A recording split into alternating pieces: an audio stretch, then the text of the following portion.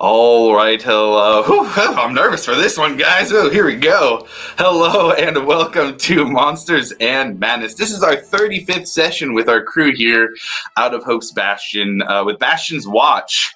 Currently in the Lush Gut Forest, following the advice of one of the Nimblefoot Gnomes, the Archdruid Posiver sent Rufus on a path to trying to control his recently acquired lycanthropy. And after making their way to the forest, after liberating a ship out of Icehaven, the party has made their way to the Vinewreath Enclave, a druidic group of goblinoids, bugbears, hobgoblins and goblins, a few other species as well, but mostly goblinoids who are worshippers of the Wild Mother, who they call An Elzadanye. I don't think I said that right, but they are worshippers of Wild Mother, and and Melzadania, that is right. But with that, the party had been put on the path to be able to make their way to the Lycanthrope camp. They had been told about some of the issues happening in the Lushgut Forest, particularly that the Yuan Ti here, who serves Zahir, the Cloaked Serpent, one of the betrayer gods, had found some way to inflict the curse of strife back onto the goblins who inhabited this forest in the Vinewreath Enclave, and were working towards putting that curse on other things. The biggest being the actual avatar of the forest, a spirit that is the Wild Mother's will incarnate, itself was cursed, cursing the entire magical field over this forest, and with a little bit of help from the Vinewreath Enclave's bark curse breakers, the party headed over to the large spirit, were able to weaken it enough that the spirit was able to break free from the curse and grant Rufus a gift from the Wild Mother for cleansing this forest. And heading to the Yuan Ti, where the experimentation, where the curse was emanating from, where they were headquartering and trying to take over this forest on behalf of Zahir, who did not believe that the Wild Mother was capable of protecting it. The party made it to the temple, was able to fight everything outside. With some more of the vine-wreathed bark, was able to turn the tide, taking some of the goblins who were fighting on the side of the Yuan Ti and freeing them from the curse. One in particular, known as a protector of the Vinewreath Enclave, Sindel, a rogue druid who was able to help out the party. And with that, although the party was quite beat up, there was a push to move further in, getting information from the goblins who returned, finding out that there were powerful Yuan Ti here who were experimenting on the goblins and others, and that they had the power to leave quickly if you did not pursue. We're going to pick up there. We didn't have everybody move in. We had left off where everybody moved in, but we've got to do a little bit of retcon here to account for the missing players. So let's hop in. I'm going to change the vibe up a little. I don't like these vibes. What's that? I don't like the vibes. They're scary. Well, sorry.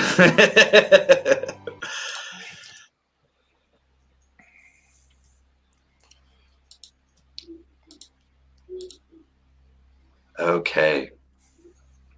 So, with that, the party, we'll say that the party has made the decision to head into the temple, to go in further, to find out what's going on and try and stop it. While waiting in these few moments, all of you turn and look to see Alvor and Milo get a blank stare on their faces and begin to walk towards the tree line, maybe 30, 40 feet away. And at first it just looks like they're walking over there, so there's no need to question it. But as they walk further, you do see that there are 3 or 4 figures off outside the tree line. I guess for the sake of this, if everybody wants to roll a perception check, you can all roll a perception check.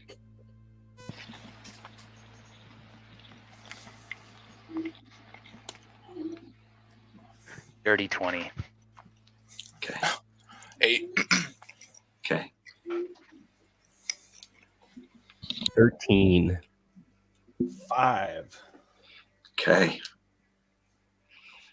Ekamos, you look and you see that 2 of these figures are quite large. You think maybe Kit came back as you recognize the form of a bugbear, but one of the figures is smaller, and you kind of squint your eyes just enough to see the familiar form of a drow wizard who smiles at the group and says, "Thanks for these back," and grabs. You see the 2 large figures put their arms around Milo and Alivor, and from the ground beneath them you see light as they all teleport away. Well, that's awesome. Hot boy Essex just stole our boys. Hot boy!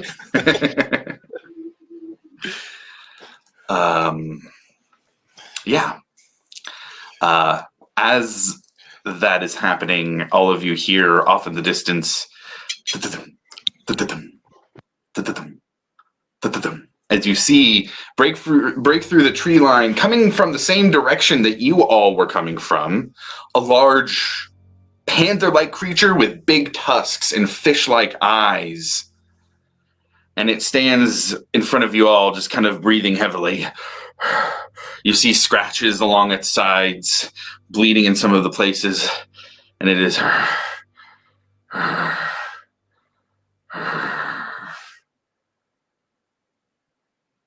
and slowly its form begins to shrink and shrink and shrink until you recognize the form of a small goblin. "Hey, I just got a really weird fucking message. The drow who worked with Kriz said if I wanted to get revenge, that I should come with her. You guys fucking okay, or what's going on?" We're not good. And we need to get into this temple. Can you help? "You guys are missing like half your crew. Where is everybody?" Yeah, They got I don't know. abducted. Some more important matters, I guess. Well, shit. I guess you guys are pretty lucky I had a teleportation circle in that camp. Fuck. All right, I had to use quite a bit of resources to get here, so I'm a little worn down, but I'll do what I can to help. And you guys all recognize Zarm, the Chronergy wizard who you had interacted with in Bastion, in Hoax Bastion.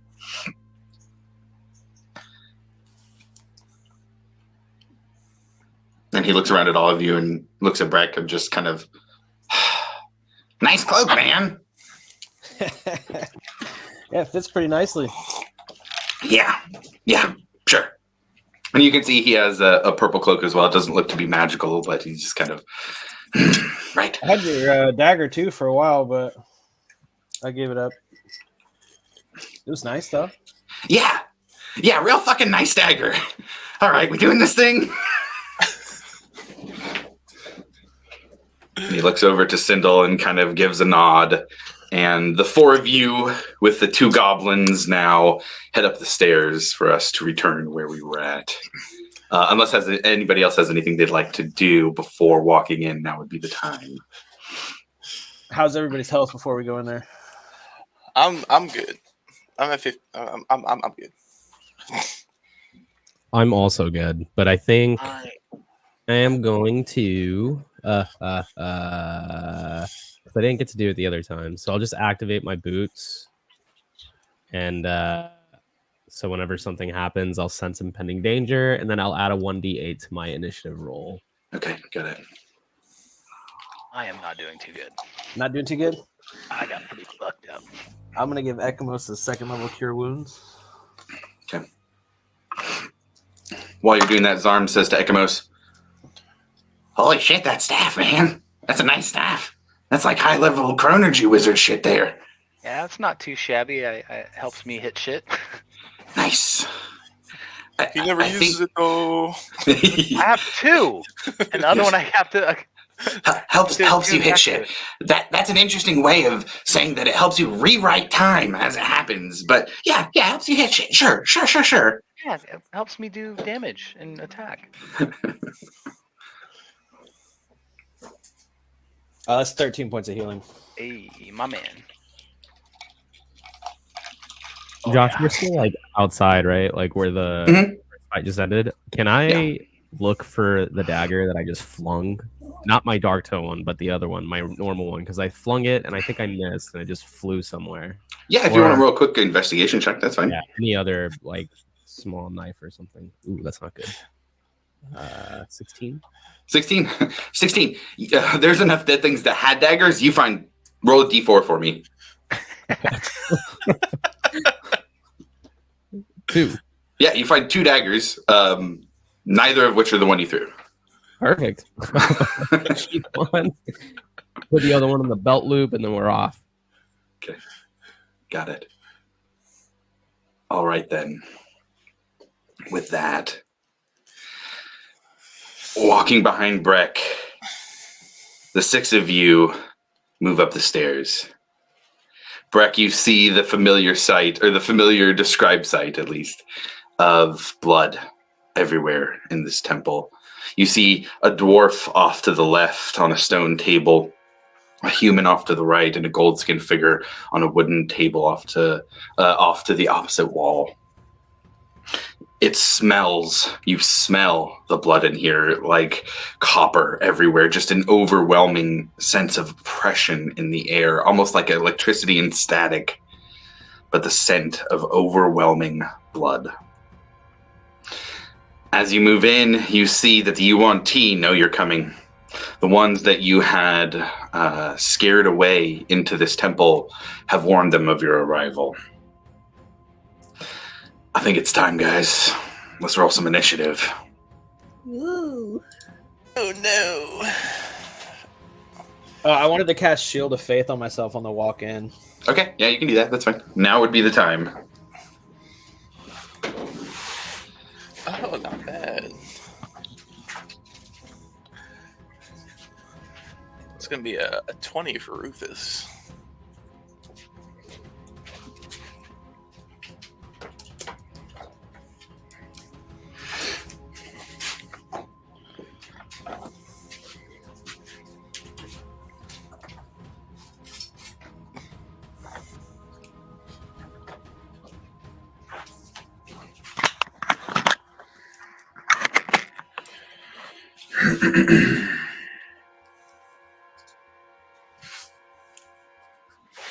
Ooh.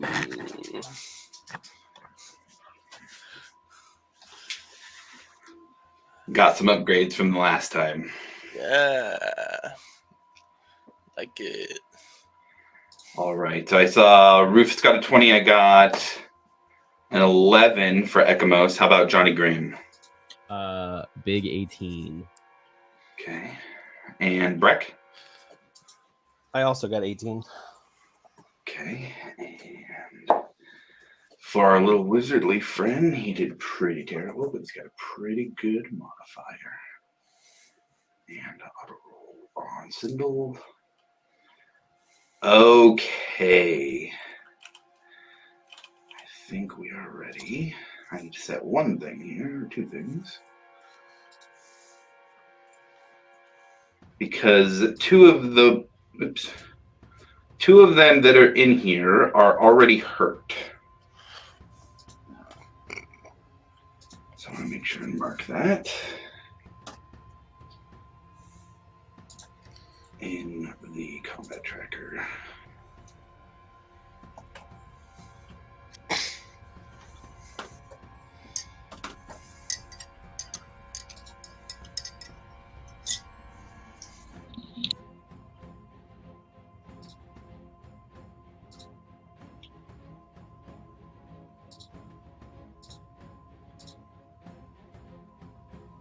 Okay.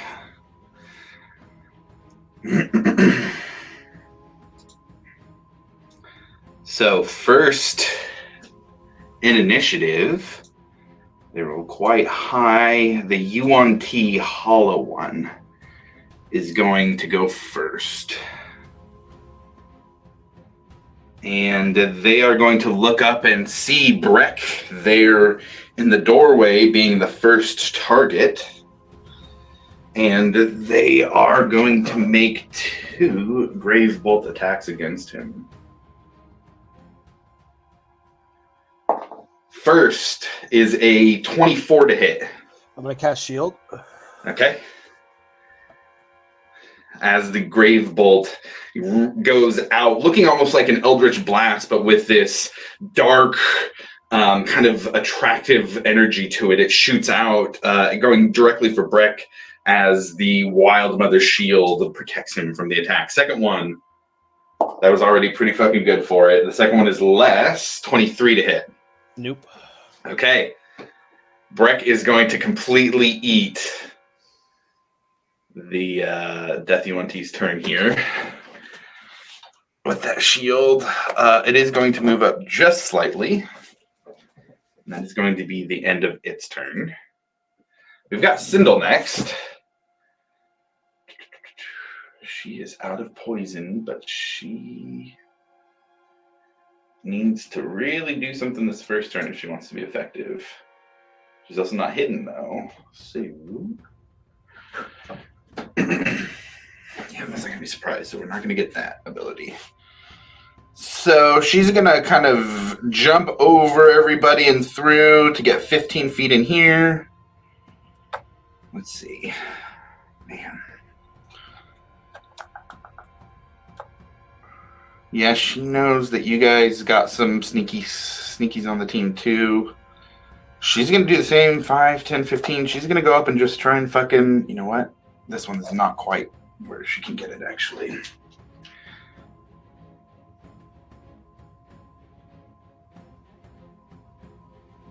Yeah, she can't quite make it all the way. Let's see, 15, 5, 10, 15. She can't get to the snake. So she'll get to the snake and make an attack on this snake. And as you all look, you see this large, partially rotting snake. You can see ribs and bones sticking out of it. You see some of its guts hanging out. Seems to be that this snake here is some sort of undead as well. Let's see. All right. Sindel's going to make her attack. That is a 12 to hit for her, which is the AC. So that's going to hit. Let's make this quick here.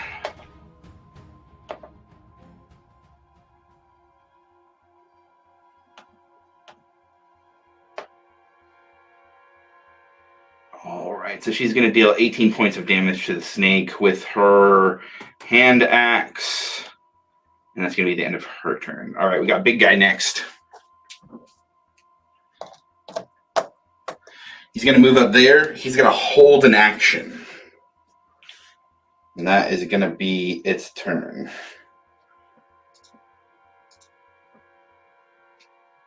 Rufus, that takes us to you next.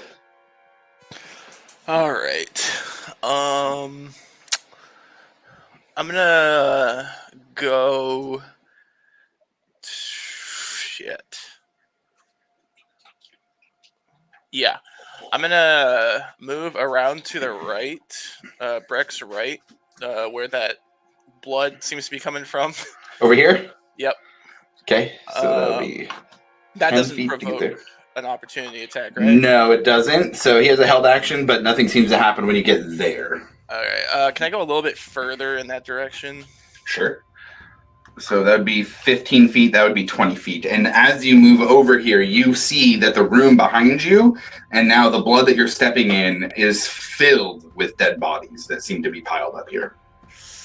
Yeah, that's gross. I'm going to disregard that, and I'm going to use my my Forest's Might staff to cast Moonbeam at that really large guy that's in front of Breck. Dope. Okay, so I think I have a thing for this.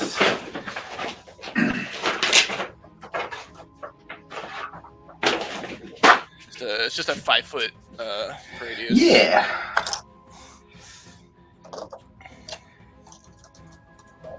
So we'll do that moonbeam there. That's a save, I believe. Yeah, it's a con 11. Okay, you hit the staff on the ground and you feel the magic of the Wild Mother running through you into your hands through the staff. And you look up to the sky and call down a moonbeam that goes down and covers this creature. And that's a natural 19 on the save. That's alright. It still takes half, which is going to be 15 halved. Down to 7? Yep. All right. Very nice. And you can see the flesh of this large creature start to burn with the radiant damage that hits it. Yep.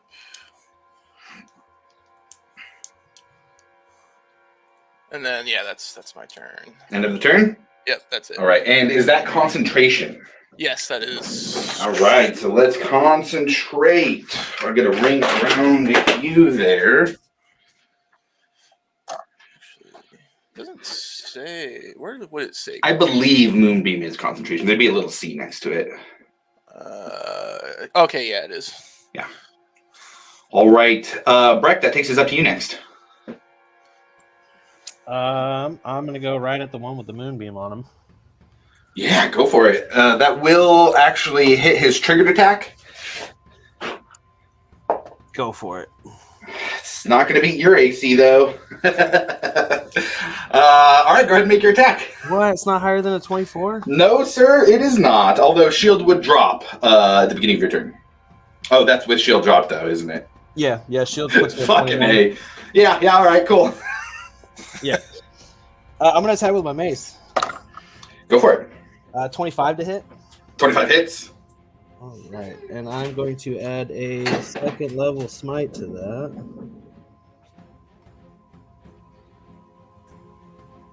So that is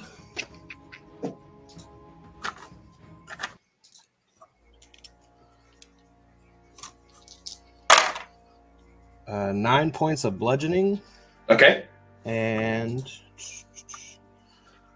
14 points of radiant. Dope. 23 total. Yeah.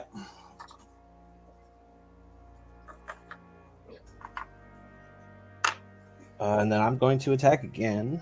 All right. This one's a dirty 20. That will hit also. And this was just going to be a regular hit. Okay. 6 points of bludgeoning damage. Nice. You swing down and just hear as it is wrapped in the moonbeam. And hard to focus on both you and the moonbeam. How much movement did I use? To get there, 10. 10. Can you move me another 15 feet around Sindel? Over here? Yep. 5, 10. I'll take you 10 feet. You will get an opportunity attack. Yeah, that's cool. Yeah, because why would you be worried when it's the same roll? It's a natural 3. It's the same roll. Nope.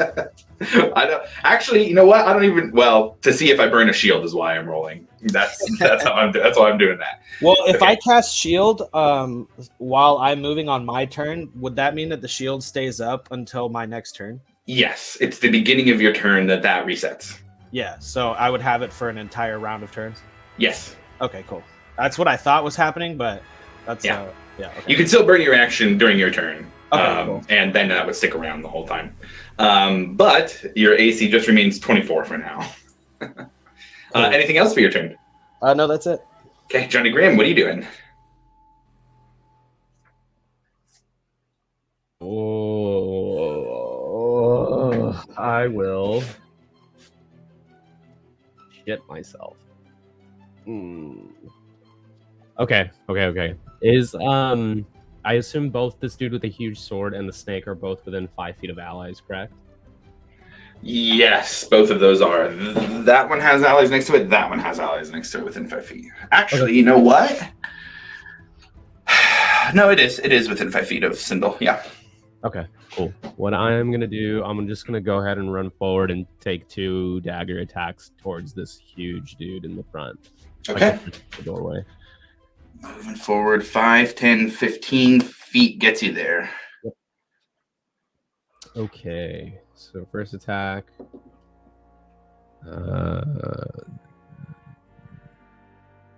This a 19 to hit. A 19 hits, yeah, definitely. Here we go. So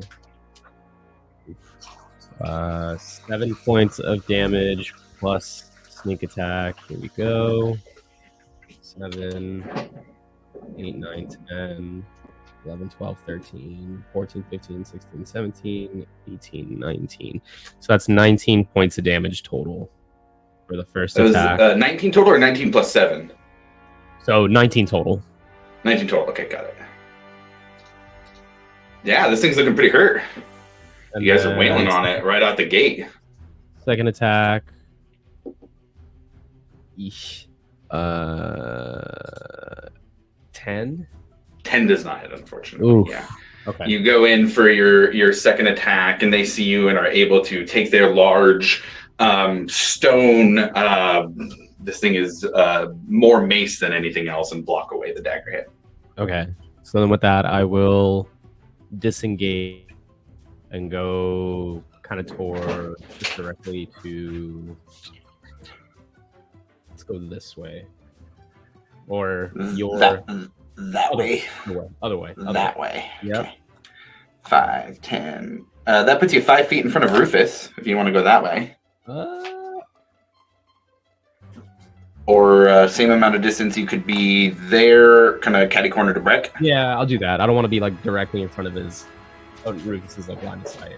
Okay, got it. That's my turn. Okay.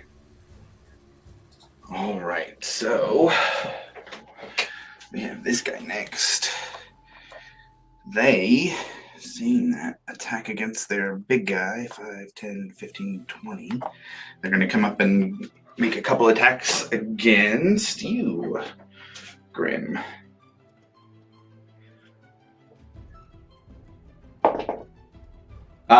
That's a third natural 3 in a row. 3 to the power of 3 there. That's a 6 total. Negative. The dice are being really merciful on you guys right now. I'd like you to know. That one is a 13 to hit. Yes.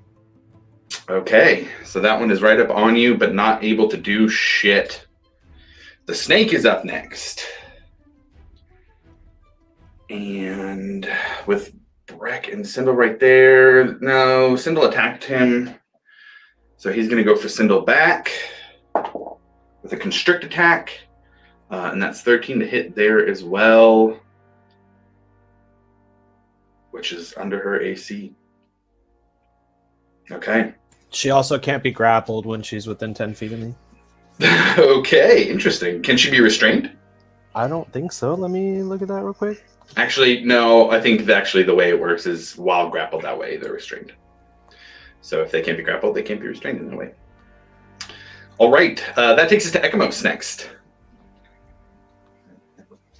All right. I'm going to have. Oh, wait. Actually, sorry. Hold on. Sorry. Let me.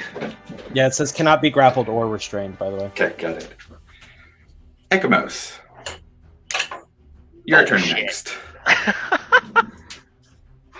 Oh. You look into the room and see blood everywhere. You feel the blood in there without seeing or hearing anything. You know it is all around you. You can feel every drop of it in there. You know that whether you choose healing or damage, you can enhance your magic with this blood.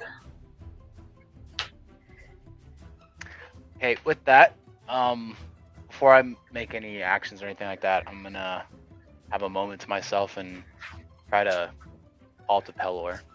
Okay. Go ahead and roll a religion check and then tell me what you would say here and ask for in this moment. As I roll, just kind of say to myself, I know that there's a lot of evil in here, and would it be alright to use some of this essence here to try and better the world by getting rid of this evil that used to be a part of me. And with my religion check, was that 12? 12, okay. You feel a sense of burning, a righteous burning anger. You know very well that Pelor is a god of not just light, but of destruction, a powerful light, fire. Pelor helped fight the betrayer gods, and these are servants of Zahir who are pushing back against one of the prime deities. With the 12, you feel that righteous burning anger giving you permission, so to speak, that there is no forsaking of the connection to Pelor by using these to damage. You can still do service to the prime deities, to Pelor, by dealing damage, but you have to be careful so that that damage does not turn to those who do not deserve it. All right. So yeah, I'll go 5 feet to my right, I guess, just so I can get line of sight of the big guy. Okay. And then I'm going to do. Is it so the dice we talked about, is that for like per like attack or per damage type thing? That'd be 3 per turn that you could use. 3 per turn. Okay. 3 per turn. You can apply those however you would like. Okay. Sweet. And what D side or D size is it? Whatever the same damage you're rolling is. Oh shit. Okay. I Yeah. thought it was like a D4. Okay. Dope. All right. Yeah. So I'll use. I'll wait. Actually, let me see if I can hit him first. Okay. I'm just gonna roll 2 Eldritch Blast at him. Okay. Yeah. Go for it. With the sword. Okay. Well, that'll hit for sure. 22 for the first one. Definitely. And 16 for the second. 16 for the second. That will just hit as well. Oh, no, that'll hit. You're good. Okay. Sweet. And then yeah, with that I'll use 2 of the blood dice for damage. Okay. Got it. Yeah. All right. So was it that's 2 extra D. Where's it at? 2 extra D10s for damage. Yeah. With the plus So 4 on each, or just 1? No. Just one. You're just adding the extra dice. Got it. All right. 8, 9, 10, 11, 12, 13, 17 plus 4. 21. 21. For Hey, dude, fucking flavor that fatality to start, dude. Hell yeah. So yeah, after I step into the hallway, I see old boy that's tried to hit Breck, and just with the amount of rage from easy girl. After seeing all what's kind of going on in this room, like you see Ekimo's kind of go into a rage, and I guess for flavor, could I like show that like some of that blood siphons into me, and then I just shoot the Eldritch Blast at him? Oh, bro, you already got what I was gonna do, man. You're saving me the description. There you Absolutely. You feel the blood move towards you and move up your body to your hands, and as you shoot it out, the blood mixes with your Eldritch Blast energy and shoots outwards to hit this thing. And it hits and makes a wound, and you see the blood that you have entwined with this magic start to spread out, and you see it. And you know, because you feel where every drop of blood goes, that this blood wrapped around its heart and squeezed it, killing it. Whoa. Yeah, fuck you. And as you do that, you see the red-robed figure.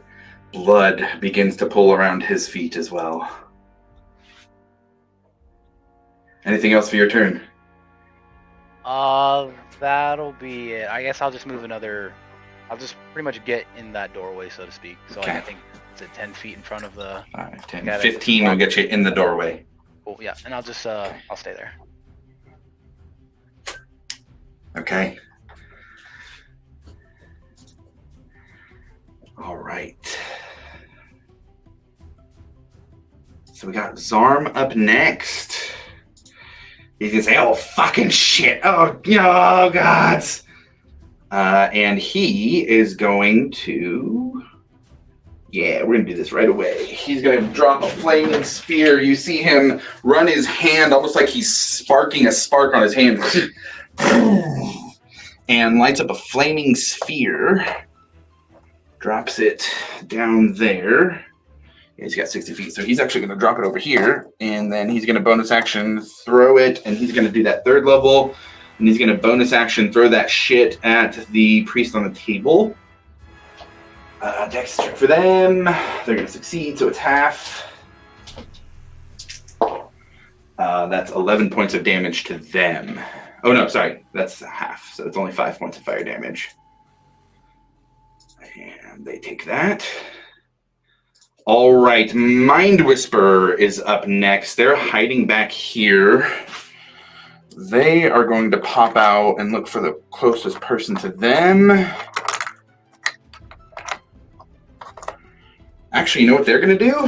Seeing that blood stuff, I think if they have the range, I think they're going to go 1 at Ekamos and 1 back there at Rufus. Rufus first. We got a 22 to hit. Yeah.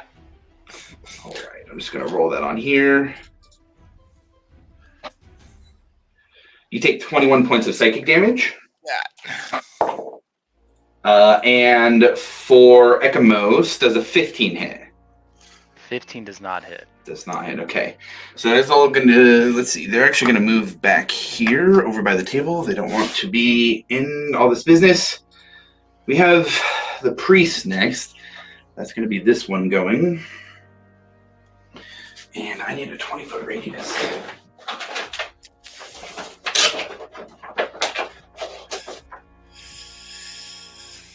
That's 15. 20-foot radius, that's pretty big. They want this shit over. Let's see. Say psych right now. Say psych right now? It's not a fireball. The fireball template is a 20-foot radius, though. They also don't want to hit all their people. They can hit just one if they miss Ekamos. So I need, I'm going to run one for Sindel. I need Breck, Grim, and Rufus to all roll Constitution saves as this creature moves to cast a spell. Now he 10 feet of me gets an extra +2. Okay. So here's what I'm going to do for this. I'm going to have one of you guys roll this. So they're attempting to cast Insect Plague, which is a 5th level spell. Fuck. It's going to deal quite a bit of damage. Zarm would attempt to counterspell this, but it's not going to be an automatic counterspell. It's going to be a roll against. So I would like somebody to roll a d20 for me. Just roll a raw d20. And it's going to get a +3. It has to beat a 15. And if whoever rolls it, then the spell... Oh, he's right back here still. Then the spell is countered. If not, then the spell goes off. I'll roll it. What's that? I'll roll it. Roll it. What was the plus what? +3. So you got to get at least a 12 on the dice. Oh, 17. 17. Very nice. Okay. So it's only going to deal... so go ahead and roll the save. Oh, wait. No. That just counters. Okay. Yes, sir. Okay. That just counters. So Zarm steps out and brings the insect plague down. That would have been 40-10 to anybody who would have not saved there, or half for the rest. All right, that takes us to the bottom of initiative. I would say here in this moment, both Ekamos and Rufus, you feel this divine draw. Ekamos, you from Pelor, after having reached out for your religion, your prayer, you feel Pelor saying, help, aid. Rufus, you feel the power of the Wild Mother coming through this moonbeam that you have summoned from the sky into this temple. You both feel a connection to the divine in this moment and can choose to accept the aid of the gods together. Yeah. Do you both choose the aid of your gods? Absolutely. Absolutely. Why not? Then with the power of Pelor, the Dawnfather, as well as Rufus using the moonbeam called down from the Wild Mother, you look up into this room to see the moonbeam grow in size, enough that there is space behind this, or right, actually, no, this guy died. So the moonbeam, right there, you start to see a figure floating down, just floating isn't quite right, dropped from the sky is a little closer as you see the stone crack and a figure with their hand down having just landed as the moonlight obfuscates what you see. But as the dust clears, why don't you go ahead and tell them what they see? Oh my god! Motherfucker. How's it going, boys? Dude, that legit got me. I'm so geek right now. Dude. That's it. Right there. Holy fuck. So yeah, your boy Varric is back. Some brand new armor, got a new look going.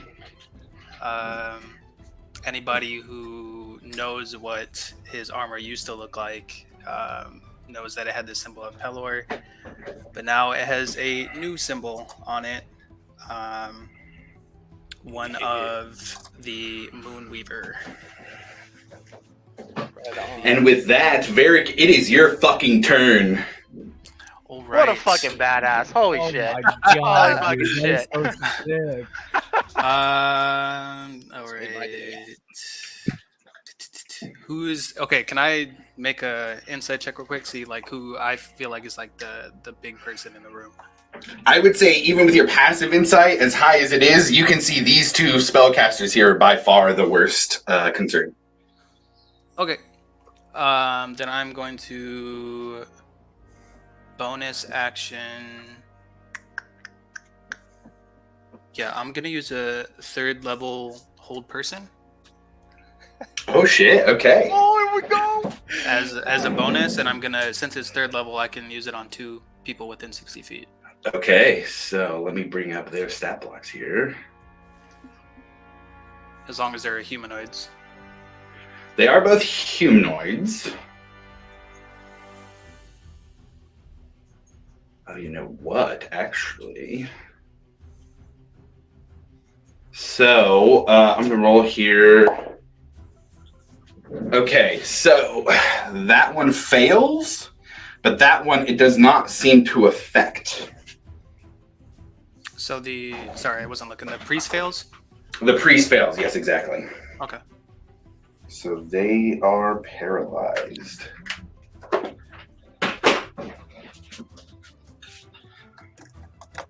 So I'm going to beeline it straight for that one. Boom. Can I? Is there a route I can take where I wouldn't draw the attack of opportunity? Let's see. If I can just go a little bit wide. 10. So if you go 5, 10, 15, 20, 25, 30, yeah, that'll do it. Perfect. And that is 2 rolls right there. Hold person bonus action? Yes, I have Quicken Spell.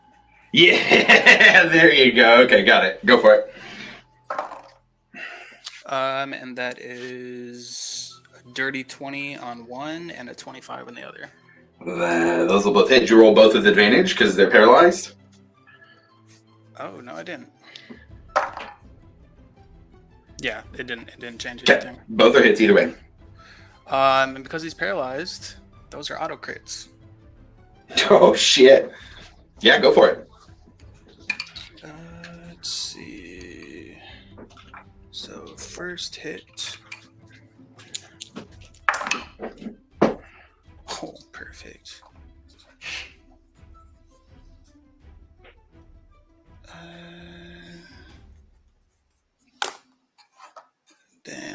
Gotta throw a cold hand in there.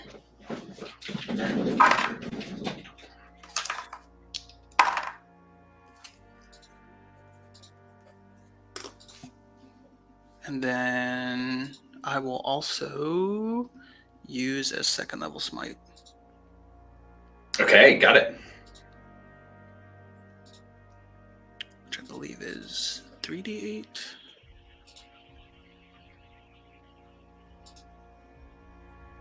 Yes.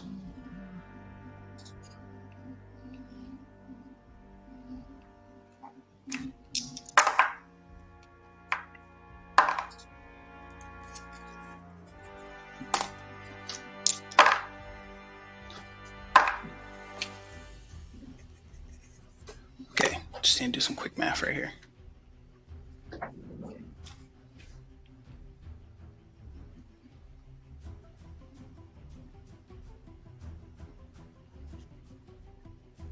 So that first hit is 64 damage. Okay. And then, It's still up, but barely. All right. Let's see. Second hit.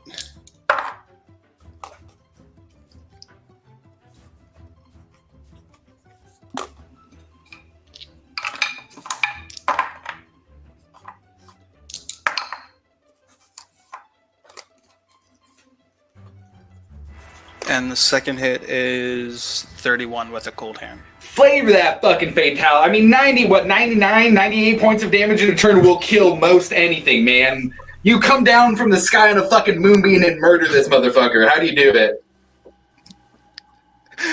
I'm just gonna go. I think right now he's back. He's all business. It's just gonna be a swift. Fuck.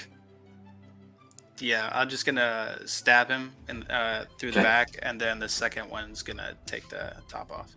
Just a real quick and efficient. Their head is gone, and now adding to the puddle of blood beneath your feet. And that's the turn. Okay, well, we're gonna go back to the top of initiative here. This motherfucker's real scared now. He does not care who he's fucking with on his side because he just wants to live. And he wants to stop the counter spells. So we're going to go back here with this 20-foot radius. That's going to be everybody. Well, he'd get himself then. So that's going to be everybody but Varric, and that includes two of their guys, as they are going to move to cast a spell here. And they are going to do... Well, they're just going to cast a spell. I need everybody to roll an intelligence saving throw. Oh, that's never good. Oh no, I don't like that at all. My dump stat. Intelligence, bro? Intelligence saving throw. 16 What the minus 1, 15. Yo, dudes, warlocks have some crazy stuff. Add 2 to that for aura protection if you're 10 feet away from me. How much do you add for that? Out of that, I think. Breck, how much do you add for your aura? +2. +2. Okay. Cool. Right on. Let me know who fails. I can help somebody out if you fail bad, or give you a D4. I got 17. Okay, so Breck is a success. I got 23 18. for Grim. Okay, that's a success as well. 15 for Rufus. That's a success. We all did. So everybody succeeded. I do need to do Sindel and Zarm. Sindel will fail. How much by? Her and Zarm both will fail. Sindel is failing by more than Zarm because Zarm has a pretty good modifier. Okay. So Zarm is like 1 under. Sindel is 4 under. Did you add I'm the gonna +2 to Sindel? Oh, I did not. But that would still, so that only put her 2 under. I'll give it to her because I think Zarm makes it. Okay. Yeah. I'm gonna burn an altered outcome. Nice. Give her a D4 to hopefully make. All right, go ahead and roll that D4 for me. See if you get a 1. That's the only that's the only one that wouldn't work out. 3, baby. 3. All right, so she saves 2. All right, so Zarm's gonna be a fail. Everybody else is saved, and as you see, you guys are real fucking lucky you saved on that. That's a rough one. You have to roll a d6. It's like a d6 bane to everybody who fails. So you are all gonna take some damage though, because you see the blood pulling around their feet as well.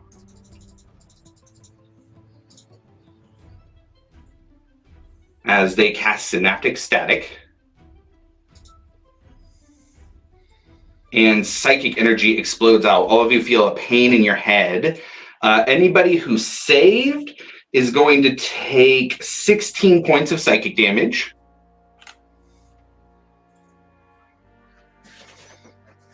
And Zarm's going to take 33.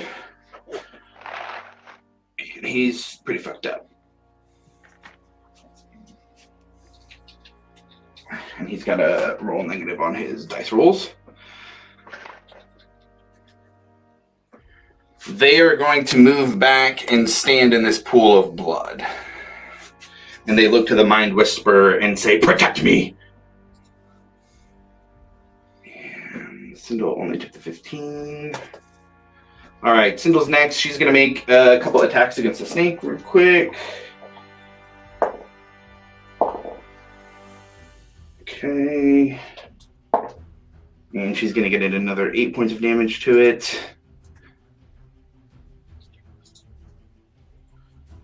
All right, and that guy's dead. All right, Rufus, it takes us to you. All right. First things first, I'm going to move the moonbeam to the the red cloaked asshole. Actually, how far can you move that moonbeam in a turn? Yeah, I just thought of that. I'm gonna check. 60 feet. Then you can. You move it to the red caped asshole. He's gonna make his roll.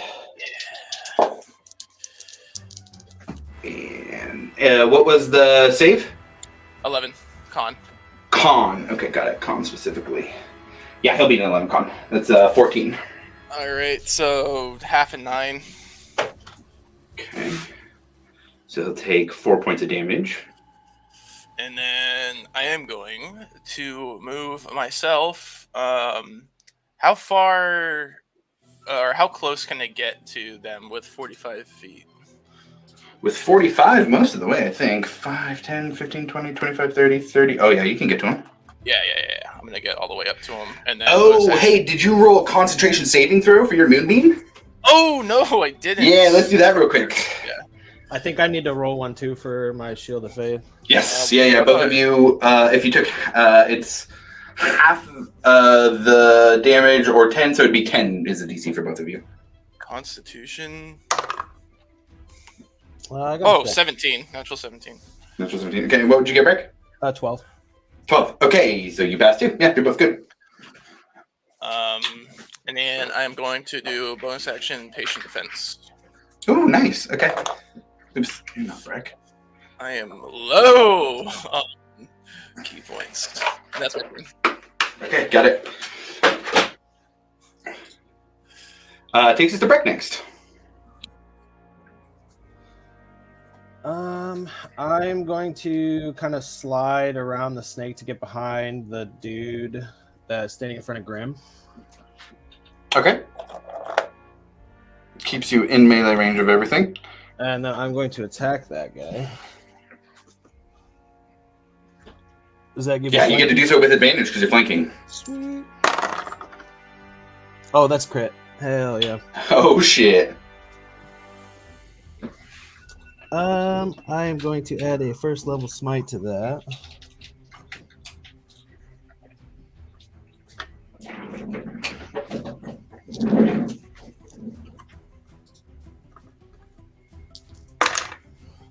Oh, hell yeah. So that's 17 points of bludgeoning.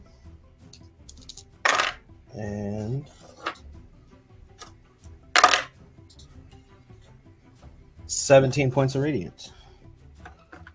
Dope. So 34 total? Yeah. Nice. That one, that is 2 points over what you need, sir. Flavor that fatality on it. Oh man! As I kind of just like step through, I'm just gonna kind of turn around real quick, give him a quick like backhand with the mace to the back of the head. And just hit that soft spot, you know, and just kind of cave it in. nice. And then I'm gonna use the rest of my movement, which I think I just moved 5. Just 5. Yeah, that's it. You want to move me 20 more feet up next to Rufus? There you go. Did that guy want to attack me with his attack of opportunity? The constrictor. Yeah. If it were a smart creature, it wouldn't. But it's not a very smart creature. It's also undead, and it's gonna get a 3 again. 3 is the number of the day for me, guys. We like that. Anything else for your turn, sir? Nope, that's it. Okay, got it. All right, Johnny Graham, you're up next. Okay, I guess I'll just go for the snake. So 2 attacks to the snake. Okay.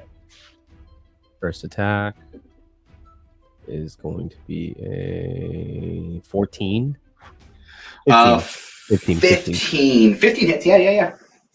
Cool. It's going to be a 9 points of damage for the dagger plus sneak attack because of what's her face right there. Yeah, Sindle's right there.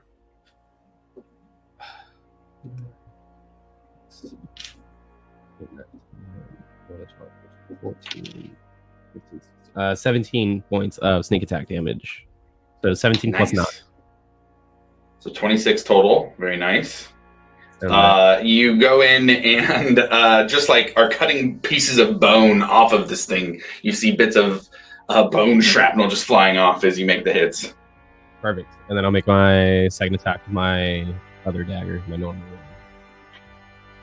That is going to be a 18 to hit. Yeah, definitely hits. Okay. This one's going to be 6 points of damage. Nice. Okay. And then I will. Doesn't get an attack of opportunity. Because he already took it. So I'll go to the left. To the left. Everything I own. And some blood to the left. Okay. This back this way or Actually, let's go to the right. Let's go to the right. go to the right? That would be- Screen yeah. right this way? Yeah, just And as much as I can. Just one more, and then whatever the rest of my movement is up. Okay. Got it. There you go. And Okay. that's my turn. Okay, got it. All right.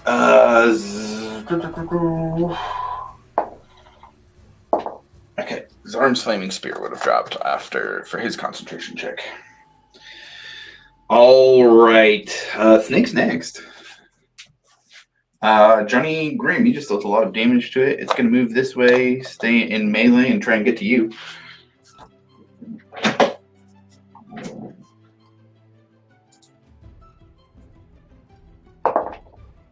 It's going to be 21 to hit?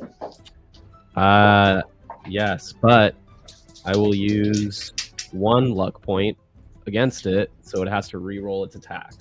Ooh, okay. Let's see. That time it was a 25. Yeah, that'll hit. Okay, got it. All right, so it's going to be 12 points of bludgeoning damage, and you are grappled and restrained. Okay, I'll do Uncanny Dodge to have the damage, Okay. but still be restrained. Yes.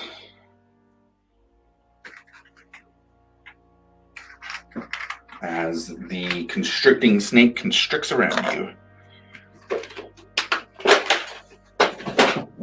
All right. That is going to be its turn. Ekamos, you are up next.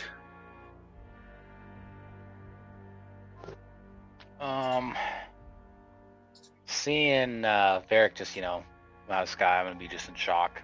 And and I'm gonna be like, I'm pretty sure he's got that handled. I'm gonna try to save Grim. Okay, yeah, absolutely. I'm gonna just go ahead and hit old Snake Boy, and yeah, let's see if I can get 2 hits on this thing. Oof, that doesn't look good. 12 for the first one. Against the snake, that hits. Okay, sweet. Fine. 14. 21 for the second. That hits as well. Sweet. And then I'm going to. I'll do 2 again for the dice. Blood dice. The 2 more blood dice. Okay, got it. Ooh, 10. First one. And 4. 18. So that's 18 for the first hit. Okay. And then the second hit is 6. 13. 17 for the second. 17 for the second. Okay, got it. Yeah, that definitely is enough. Go ahead and play with that fatality. Okay. Yeah, with this one, with the whole blood thing, it kind of see the blood like on the floor just like go up into the snake and pretty much just like constrict it from the inside. Nice. And hopefully that frees Grim. It does. The snake just loosely, it's still like wrapped around you and super heavy, but and like its guts and viscera and bones are falling out. But yeah, you're not restrained anymore. Get back in the fight. Let's go. And then for movement, I'm gonna move to. I think it's what 30 feet. I'm gonna move like. Oh shit. I'll go right next to Grim. Camera right. In between him and that barrel. Okay, got it. Yeah, that's fine. Okay. Anything else? That'll be it. All right. Let's see who that is. That's one action. Nope. Yeah, that'll be it. Okay. So his arm is super fucked up at this point. He is not got much to do, so he's going to come over here and just toss a firebolt. And it's gonna miss. You guys see a firebolt just come and poof, hit. You look back at his arm and he's just kind of like wobbly standing. The synaptic static hit him full force. So he's pretty hurt. The Mind Whisperer is next though. He's kind of just hanging out over here. And the thing said protect him. Rufus is the closest. But Varric also did a fuck ton of damage at him. So he's going to stay back here. He's going to shoot one at Rufus and one at Varric. I'm going to burn my reaction for protection on Rufus. Okay. Thank you. So disadvantage. Also, you don't need to do that. I already have patient defense. Unless that doesn't work for that. Oh, yeah, there you go. Yeah. No, it does. All right, so first one. This is disadvantage Spectral Fangs attack. 10 to hit. Okay, so then against Varric, that one is a little bit better. That is a 22 to hit. Shield. Shields all around the shield paladins. Okay, so with that, the spectral fangs are blocked by Varric. That one's dead. And Varric, it is your turn. I am going to use my Vow of Enmity on the red cloaked one. Okay. So that's bonus action, and then 2 attacks with advantage. First one is 27. Yeah, that hits. Second one is 24. 24 also hits.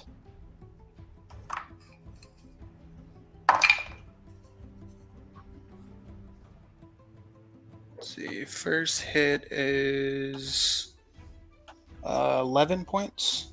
Okay. And then the second one is it's gonna be 15. 15. Okay, got it. Okay. Anything else for your turn? No, I'm gonna stay right there. Okay, got it. All right, so you've moved up. Right up to the next. Do I have to move there? Oh, wait, no, that's right. You have 10. Yeah. 10 feet, yeah. Yeah, you're there. You're good. Sorry, it's been a while. All right, so that takes us back up to the top of initiative.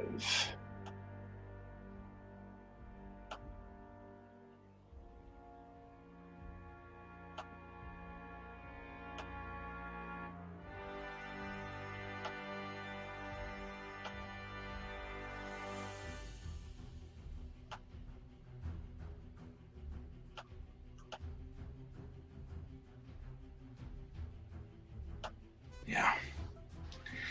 I think given everything they have at their ability or at their fingertips and how things have played out here, they've got a pretty specific thing they want to do here.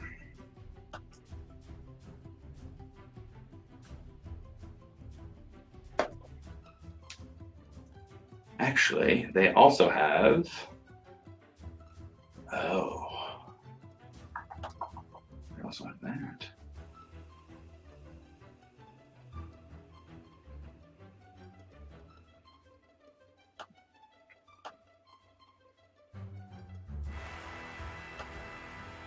All right, so I forgot they've got some extra blood dice too.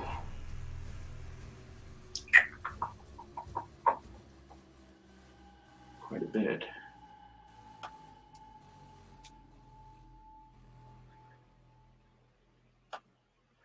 Yeah, I think they are going to gather the blood around them, and they are going to use their allotted 3 and the 2 that Ekamos has given. So what this will do, Ekamos, after this happens, you get 3 dice to use without giving the red robe figure. So the same thing works for them. They've got 3 on their turn.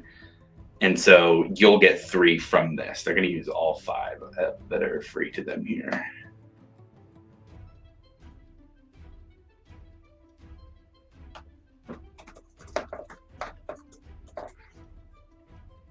Oops.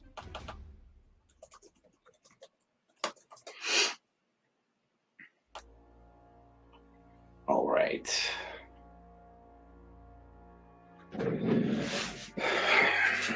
Varric, you are their main target here. So they are going to reach out, and you see a bolt of lightning shoot out towards you, and then that is going to have 3 bolts and leap out at Breck, Rufus, and Ekamos. And for that, I need everybody to make a dexterity saving throw. Yes, I have advantage on that right now.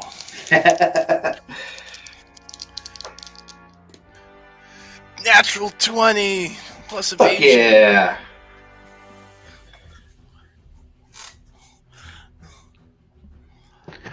Ekmos rolled a 14. 14, okay, that is just a success. You're going to be happy that you succeeded on that one. I got a 23.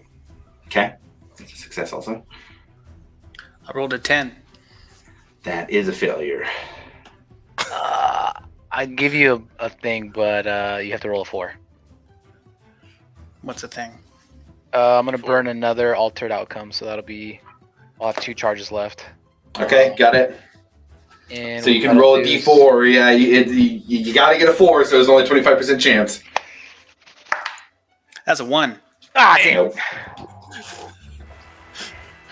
Good to have you boy. back.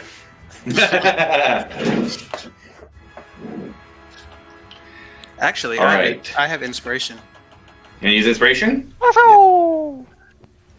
Can I use it before he burns a charge on me? Yeah, that's fine. That is a 16. Okay, so you get to keep that altered outcome. All right, So I think that's a save for everybody. Does that sound right? Yes. Okay. All right. So then that will be everybody who saved.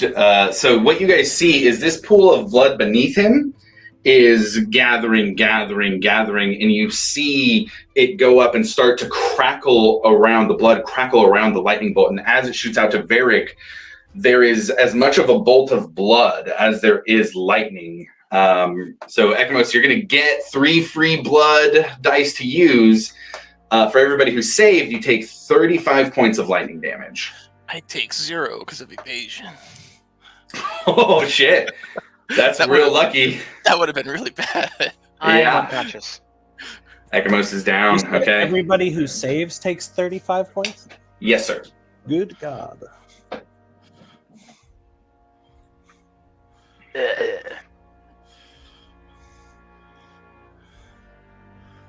And that is going to be the end of. Do they want to move actually? No, they don't want to move. There's so Wait, much was fucking. what? I can What try. was that the blood mage, the red cloak guy?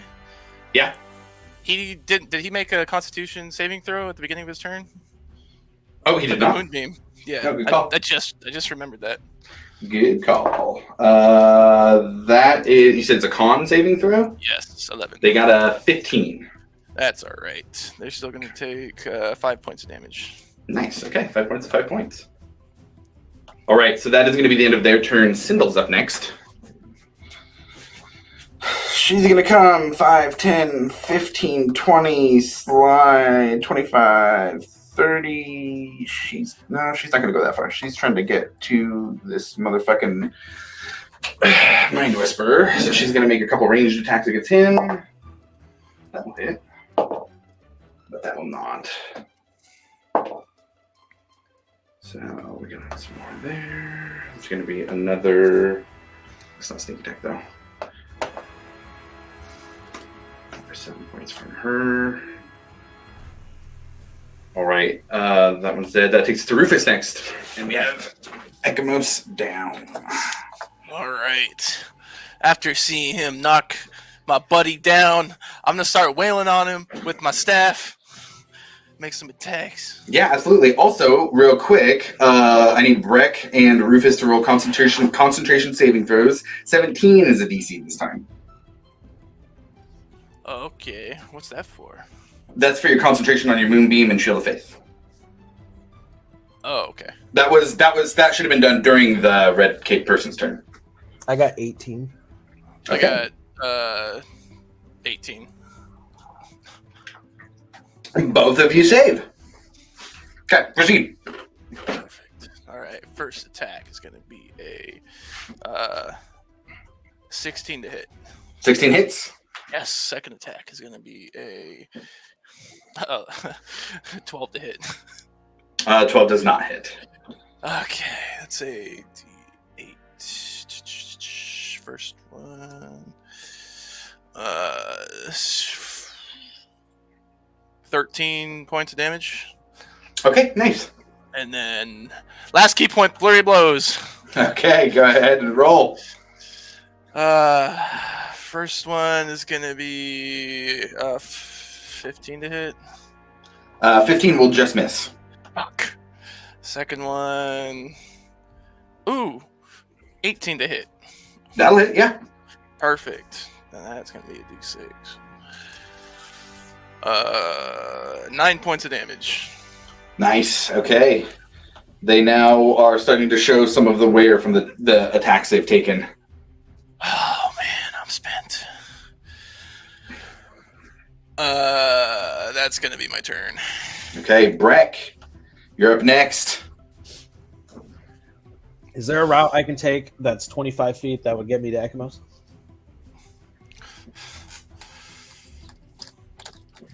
No. You are...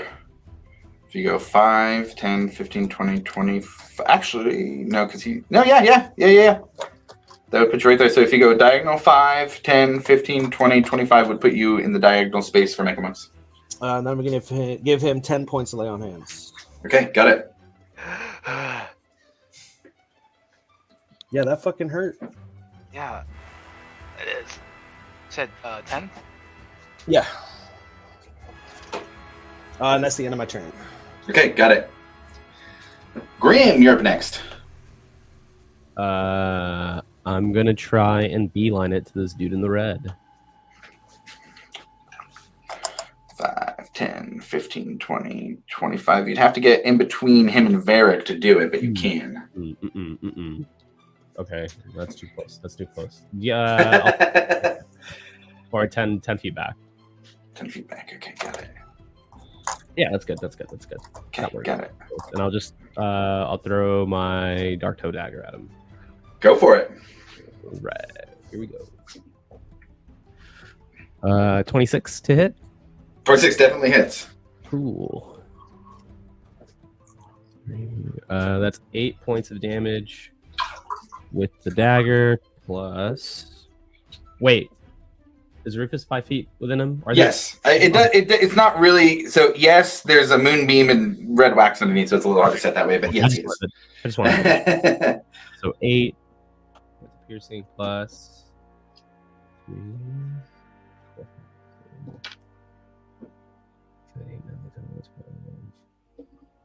13, 14, 15, 16, 17 points of sneak attack damage. Nice. They're starting to look pretty hurt. And then I'll just move 10 feet to the left. And I'm chilling. It's my turn. Okay, got it. All right, that takes us to Ekmos next. You are up now. So this turn, because you were granted the 3 from the red cape when using it, you now have 6 that you can use. If you use all 6, it will give 3 back to him. But you've got 6 now that you can use this turn. All right. I'm gonna blast him with the Eldritch. Yeah. Yeah. All right. First blast. Oh, fuck, dude! I forgot this for your last turn too. Oh, you're good. 18 to hit the first one. That will hit. And what is that?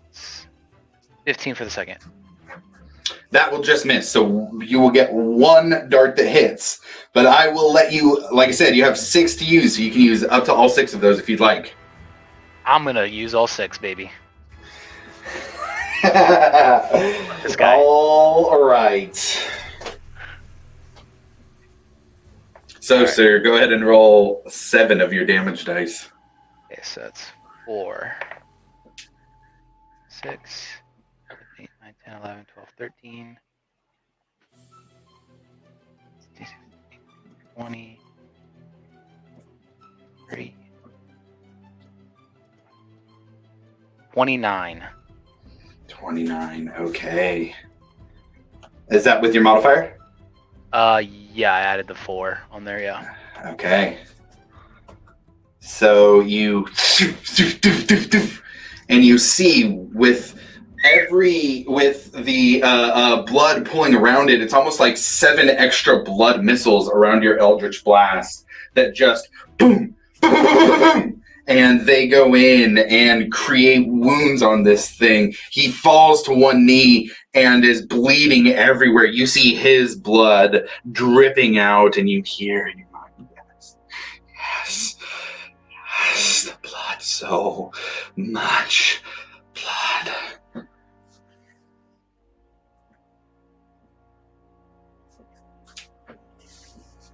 Anything else for your turn? No, I'm gonna just stay there with next to Breck. Okay. Are you standing up at least, or? Yeah. Okay. Have your movement to stand up. Yep. And then I'll be like, how bad does he look? The dude? Yeah. I mean, pretty fucking beat up. All right, Varric's Yeah, pretty fucking beat up. Cool. All right, yeah, I'll just stay there. Okay.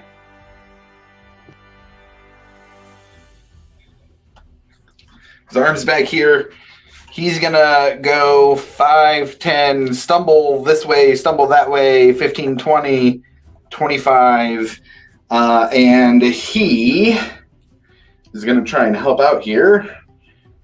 He's too fucked up to roll any kind of attacks himself.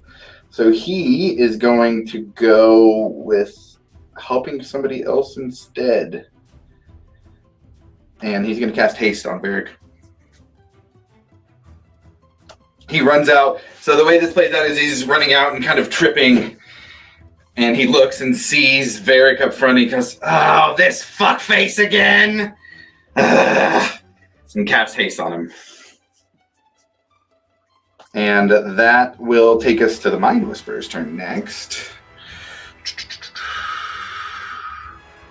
He's going to go up and do, let's see, that was 5, 10, 15, 20. There. He's going to get right up in your shit. And he's going to make his 2 Spectral Fangs attacks as melee attacks with advantage flanking. Is that on me or is that on On you, Rufus. That is on you. Yeah. They see you wailing on their dude, and they do not want that. All right, first one is going to be a 16 to hit. Does not hit. Okay. That's with advantage, dude.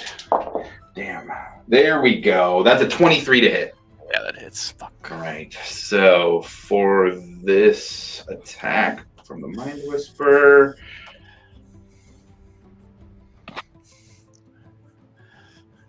we're looking at 16 points of psychic damage. Good night. I am snoozing. And with that, your concentration drops, and so does the moonbeam. Oh, also, let's get back to regular lighting. So we got them there, and you are down. Okay, that is going to be the end of their turn. Varric, that takes us to you. You're up next. All right, playtime. First roll at advantage. That is a 17. Who are you making this one against? The red cloak. Red Robe, that hits. Okay.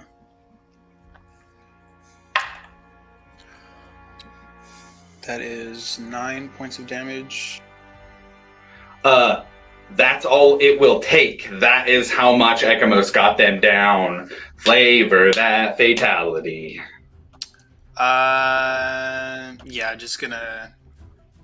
Just stab him right in the chest. Okay. Quick and efficient today. As you do, you see the light leave your glaive in a soft moonlit glow. You see that the moonlight actually eats away at the heart of this creature as it begins to rot at the end of your glaive. Gross.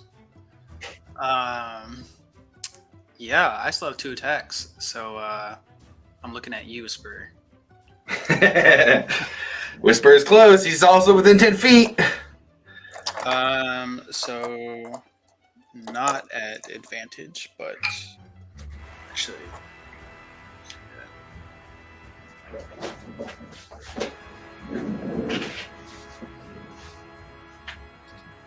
Yeah. First one misses for sure.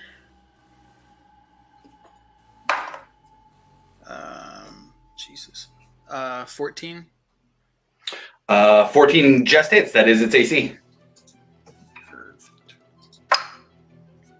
That is 10 points of damage. Nice. I'll use my last cold hand on that one. Okay. That is 4.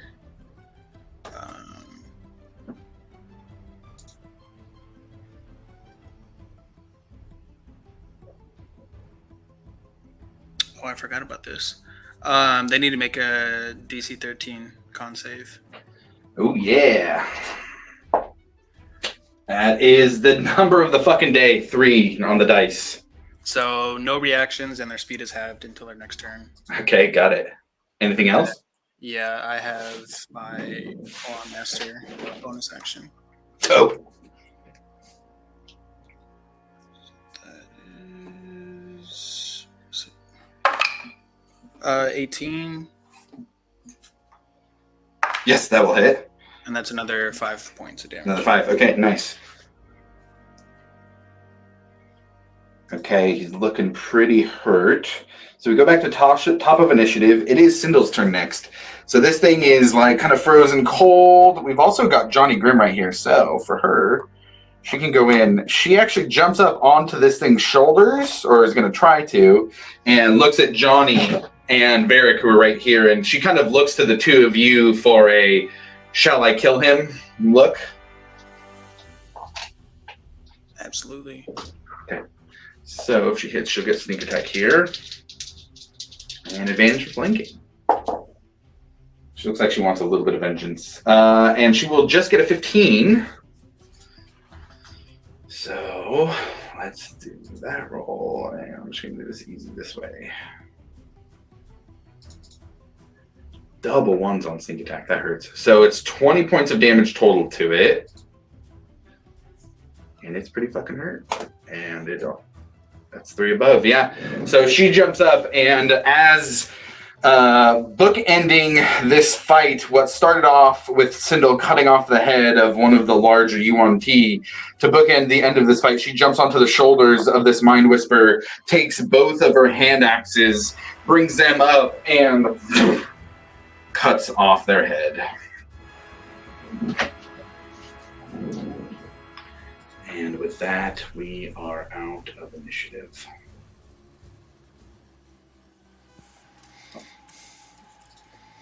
Oops. I'm going to leave the map up here, actually, for now. But we're out of initiative. All the enemies are dead. Rufus is down. Yeah. Rufus is down. I will use 5 points of lay on hands. Okay.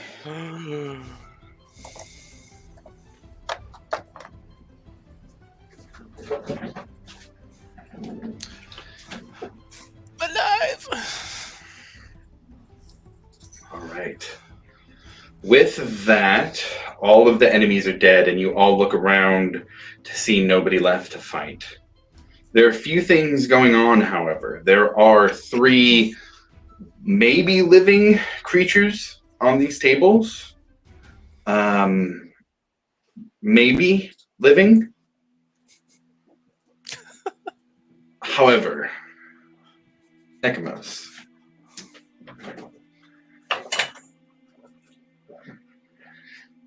You have spent more time in blood today than any time that you have memory of. You still feel every single drop. And you look to the golden figure laying on the table across the room. His blood. His blood is different. He is near death. He is so near death already. And you hear an anticipation and excitement in her voice that you have never heard before, in something that she did not expect. His blood.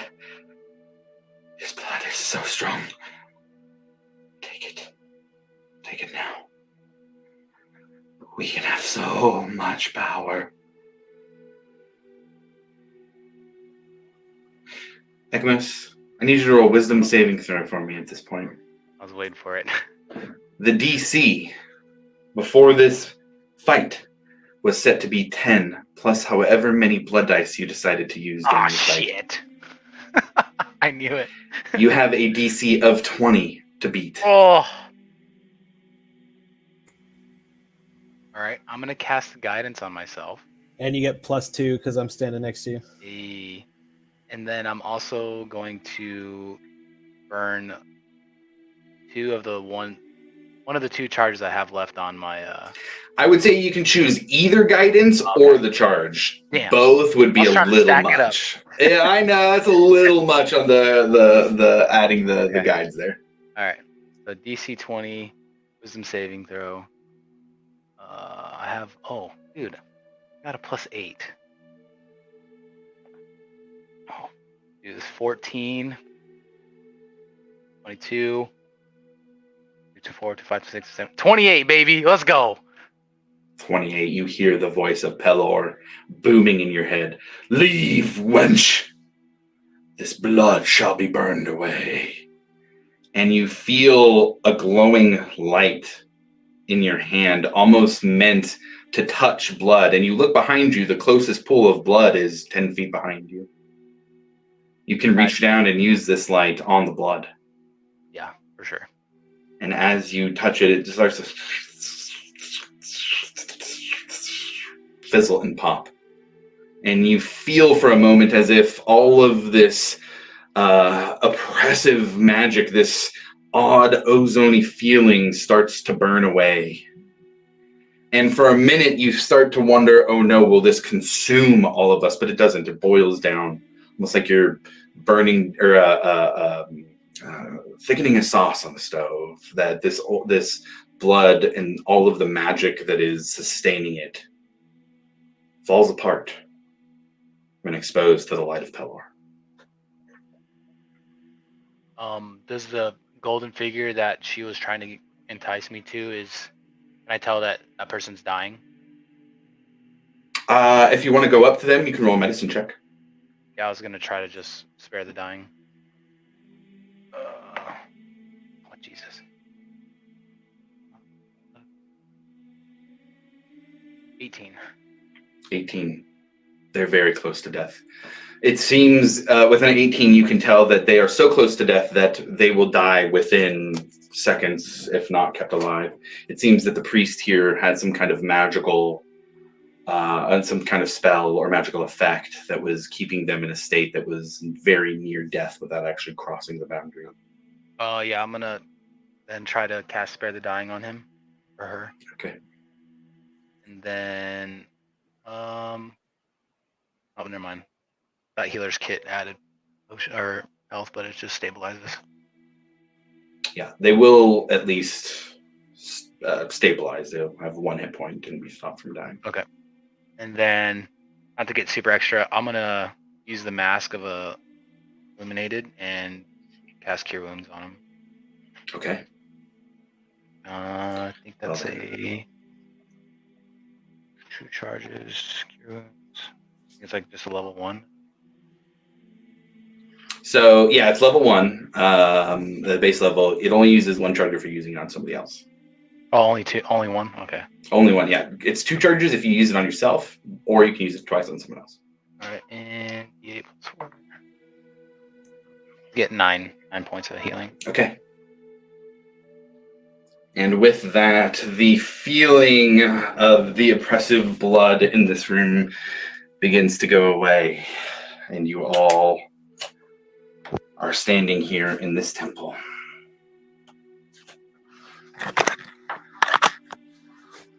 Ekamos, with his own wits about him, what would you all like to do?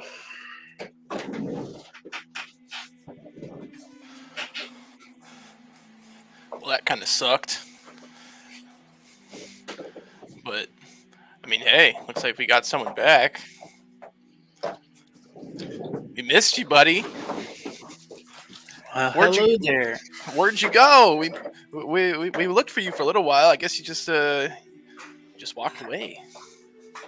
Yeah, I kind of felt like somebody was calling me. There's some stuff I had to go take care of. Damn, same. Honestly, same.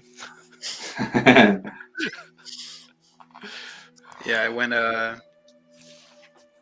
to the Pallet Grove and found my grandmother. Wow. Nice little family reunion, huh? I mean, I wouldn't even yeah, I guess a reunion, but I've never met her, or my grandfather was there too. I didn't first time meeting him. Yeah, it turns out she's a big deal. She's champion of the Moonweaver. Champion of the Moonweaver. What does that mean? I'm still trying to figure it out myself. Gotcha. Does that have anything to do with your new look? Yeah. Yeah, it looks like old Zomboy over there is the only follower of Pelor at the moment.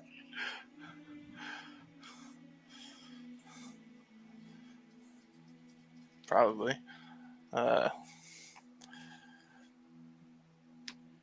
Do you how did you find us anyway? That is all thanks to the Moonweaver herself. She said you guys were in need, and she got me over here. It's pretty sick. Just going through moonbeams. Yeah, well, that was her choice. I mean, hey, I guess it's a good thing I got this new staff, you know. Who knows? You might not have been able to follow us or find us. I feel like she would have figured it out. Yeah, you're probably right. Gods are crazy like that. They just be doing stuff. Like giving people new sticks. Yeah.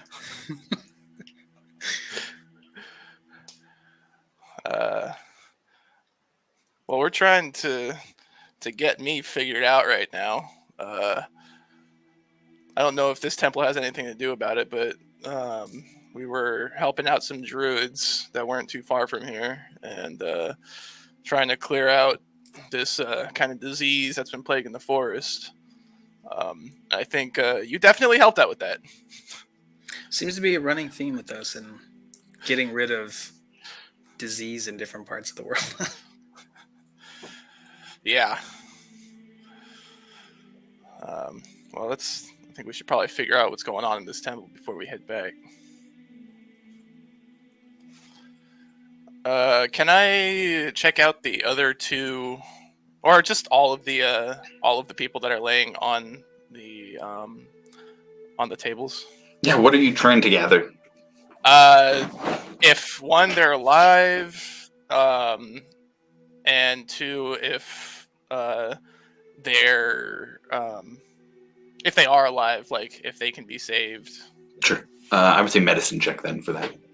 Okay. Well, that's happening. Can I just go around the room and look for anything at all? Mhm. Also, I'll try and grab like any weapons that look good because I'm stuck Sure. with one good dagger. So I think of something with a little more of a punch. So For sure. if I have, I would say, yeah, go ahead and roll an investigation check also. It's gonna be a 17 for medicine. 17 for medicine. They are still both alive, but are both dying. I would say as you go up and you're looking at them, Sindel would come and for the first time take off her wooden mask and just speak to you as herself. They've been experimenting on dwarves and humans. The curse of strife wasn't sticking to all of them. It would either kill them or stick maybe 1 out of every 10 times. They were working on perfecting that. I think we should see if we can help these people. Barrack, Ekamos, can you guys help out with this? Yeah, like I was gonna be doing spare the dying on anybody that was dying in there. So Easy enough to do, especially as a cantrip. You go and at least keep them beyond the gates of death, and give them enough time to be whatever you guys would like to do, or whatever you'd like to work out with the camp. I'm gonna ask Zorm if he can, in his other form, take the 3 of them back to the camp. He looks at Sindel and says, I think together we can. Sindel, if that's okay with you. And she looks at him and just gives him a nod and a smile. I can do that. Yeah. He's still kind of shaking his head a little bit. Yeah, sure. We can do that. Definitely appreciate that.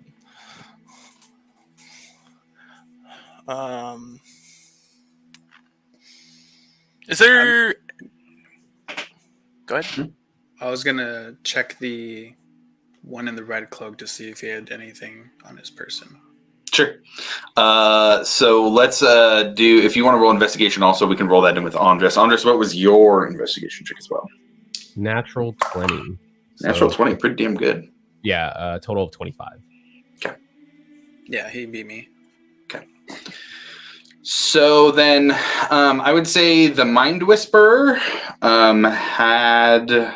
I mean, in terms of daggers, the Yuan Ti keep daggers. They keep a lot of daggers. You find 4 daggers to use for sure. And with a 25, you also find 180 gold pieces. Perfect. But nothing like, I don't know, anything like Anything like magical. I mean, like that would be nice, but I was also just kind of like investigating to see if there was anything like books, scrolls, I like see. anything on their persons. Like I was like weapons would have been nice and stuff, but I definitely wanted to kind of For do sure. a thorough work around like everyone in the room as well, just to see if there's like a hidden passage. Absolutely. Yeah. So it does look like there is a passage that goes to another room that is deeper beyond. You open it up and kind of look in it, and it doesn't look like there's a ton in here. It looks like it is whatever this temple used to be. And it does look caved in about 100 feet down, although it is a fairly large room in here. You don't see anything beyond the rubble that you see as you open it. There are like murals on the walls in there, though. There is like religious iconography. So there might be information to be gained in that room, but it doesn't seem like there are any like things in that room. You do find a small like a small journal, looks like a small notebook that was with the red robed figure. What languages do you speak? Not many. I speak. Where you at? Languages: Common, Zenian, Thieves' Cant. You can't read this, but there is a journal here. It looks like it's even just from what you can see, it looks like it's there's man. I guess if you don't know it, you don't know it. There are numbers included as well. I will say, hard to tell what it is. I will say that. You can. Yeah, for sure. Let's see here, and then finally.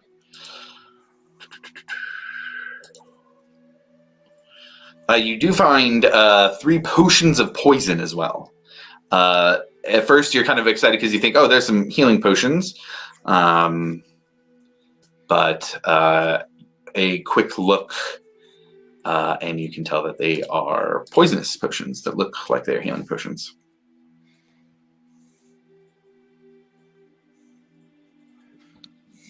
Man, these guys suck. Would I,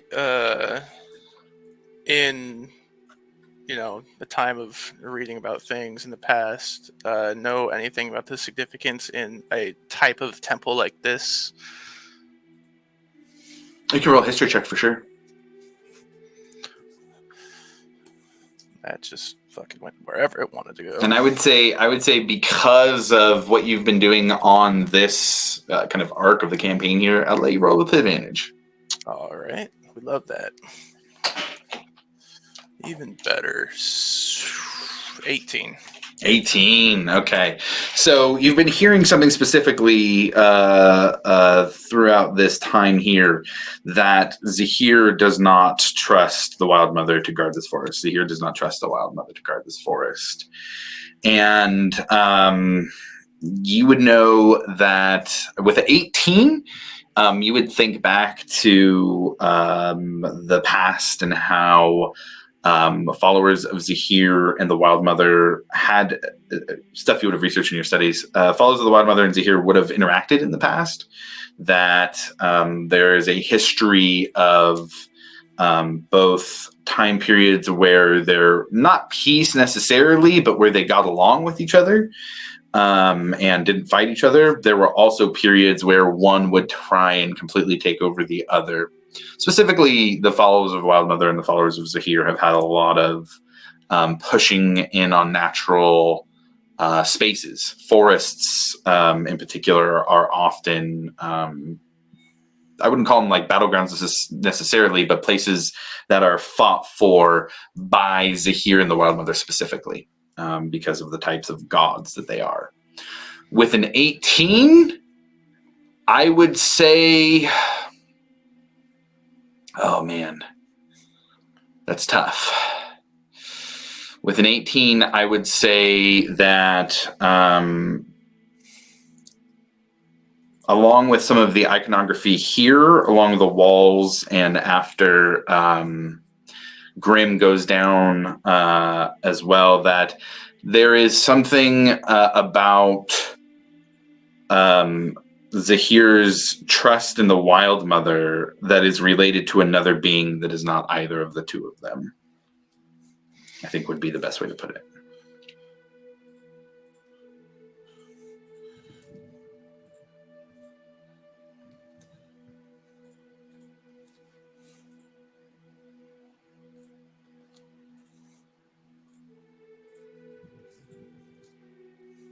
Like another deity? Potentially.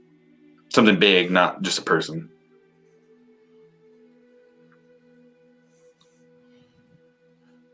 All right. Cool. Wild shit.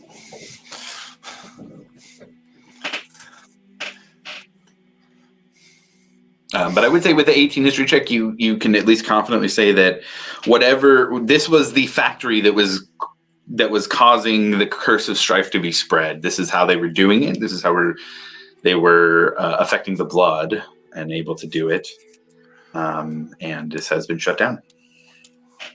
So we would know that after us clearing it out, it's complete. Like the curse of strife is no longer spreading. Well, I would say, like, generally speaking, based on everything that you've heard, you know, the druids were pretty well in tune with this forest, and they didn't say, "Hey, we've also got them here," or, you know, "There's there too." Like, they kind of pointed to this and said, "This is where it seems to be coming from." Okay. Sorry, I don't I don't mean to keep asking questions. Just one more. No, Is there please. Is there As many as you anything need.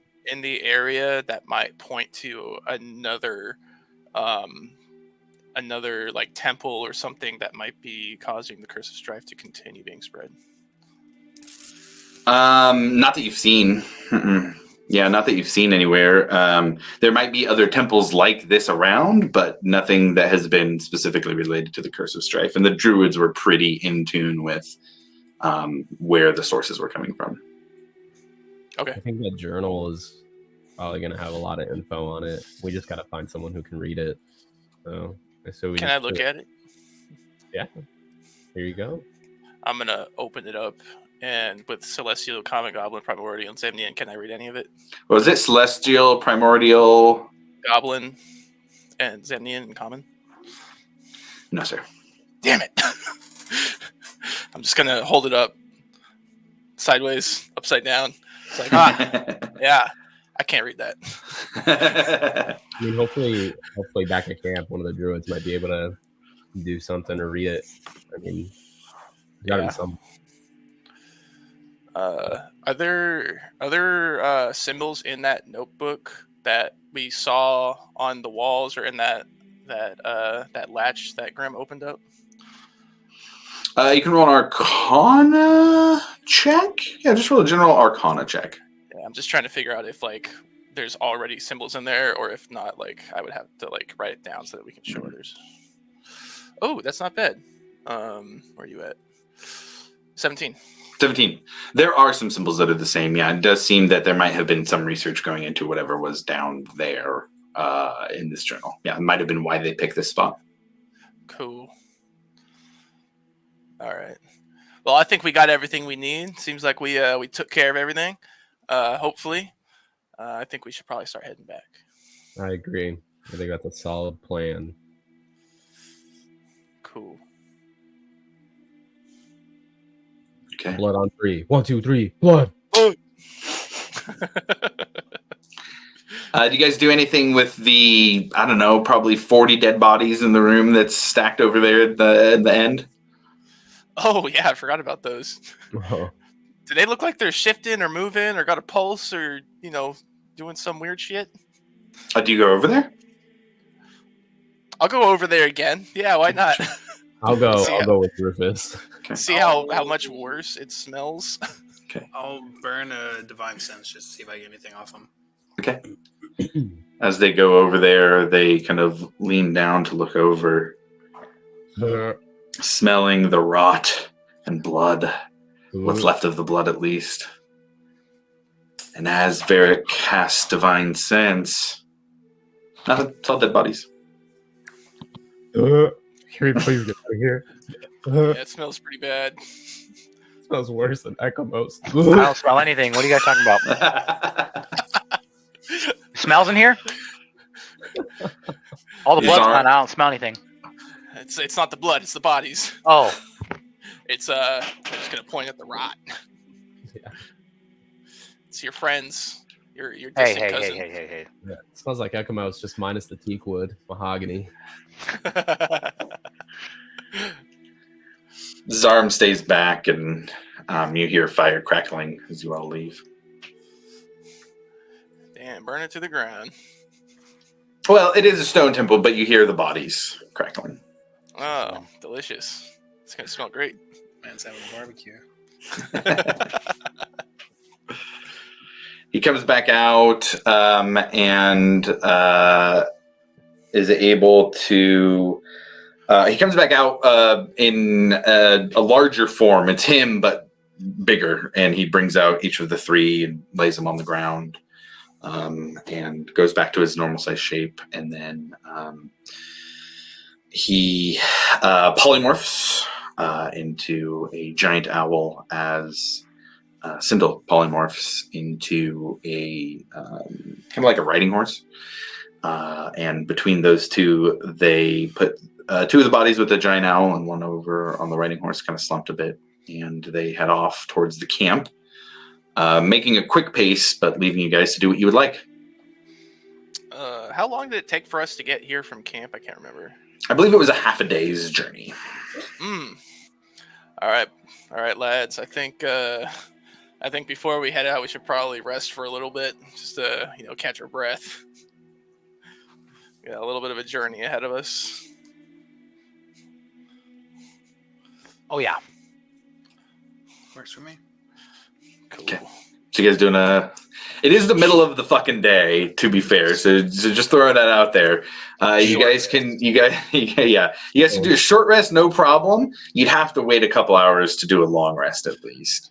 At least I would say till it starts to be sundown. But I think it was about actually like around 2 or so that you guys got there. So you'd have to wait a couple hours if you want to do a long rest. Totally fine if you want to do that. Otherwise, short rest would be the option. Yeah, I was just looking for a short rest. Yeah, because you're a monk. I'm spent. If we get into a fight, I'm fucked.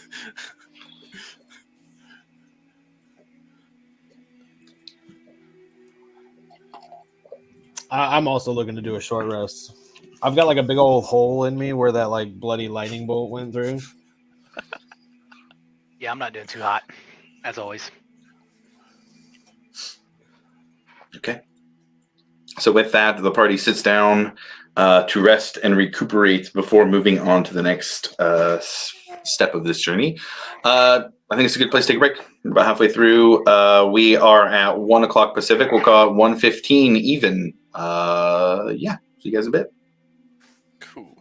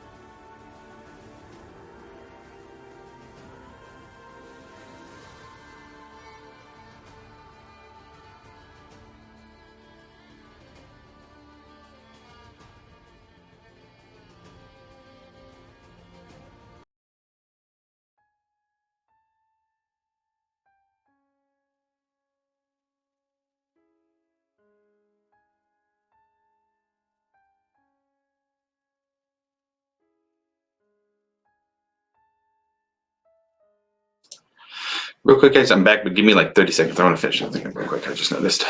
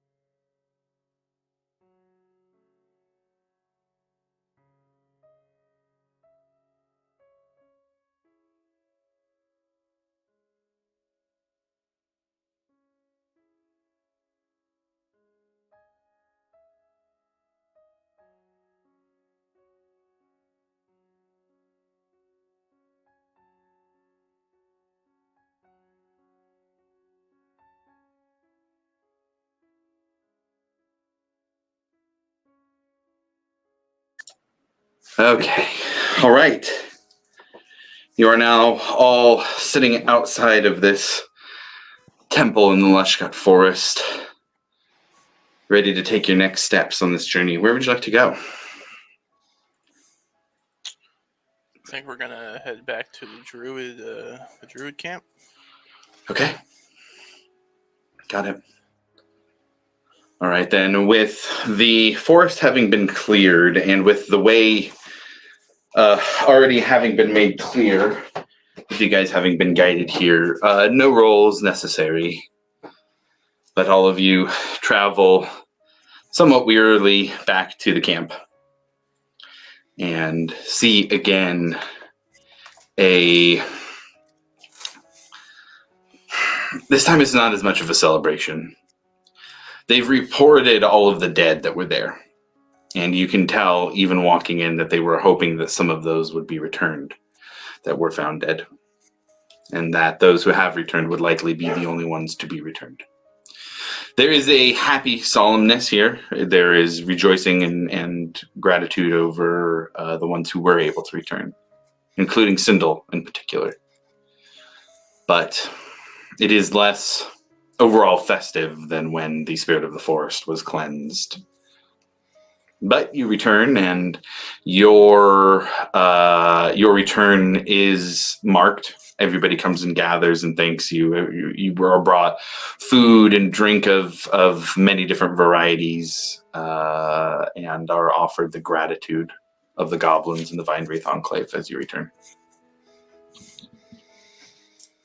I'd want to go find Throma. Okay. Yeah, easy enough. She is already out by the time you get there, and she lets everybody else come and speak to you first. But probably after 5 or 10 minutes of accepting pats on the back and handshakes and thank yous, you make your way over to her. So I guess we've done our part in this. I know that there were a lot of people that were injured or killed. Did you know very many of them?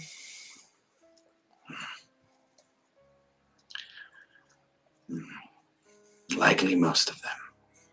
There are many who have not returned.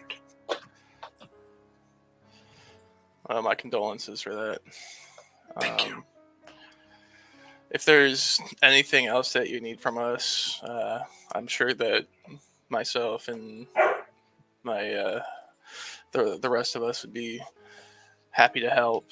But for now, I think we're gonna need to rest, and then tomorrow we're probably gonna head out towards what was that? The lycanthrope camp.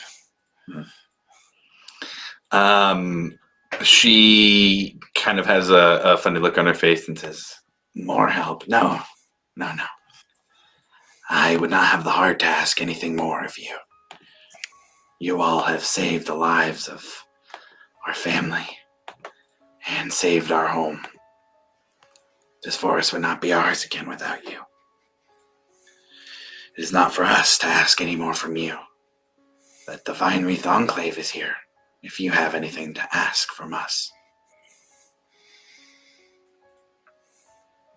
Well, maybe that day will come, or maybe any of my friends might have something to ask. But for me, I think we're square. You guys helped us when we needed help. You guys are still gonna help me, and we helped you guys with the forest. Well, if you'd like, we can send some of ours with you along to the camp. But otherwise, we will, at the very least, send you with a guide. That would be great. Honestly, the more the merrier. Be careful. You'll have all of the Vine Wreath Enclave going with you with comments like that. Well, that would be very interesting, wouldn't it? Who would make all this great food if they all left? Good question. I think Well, you are welcome here whenever you would like to stay for just tonight or as a permanent resident. Any of you are welcome. Well, unfortunately, I don't think any of us are going to be permanently settling down anytime soon. But who knows? Maybe the future holds something different. Kind of gives a knowing look. I figured you all have a sense of destiny about you. Yeah, we all are kind of looking for something. It seems you may have found something here.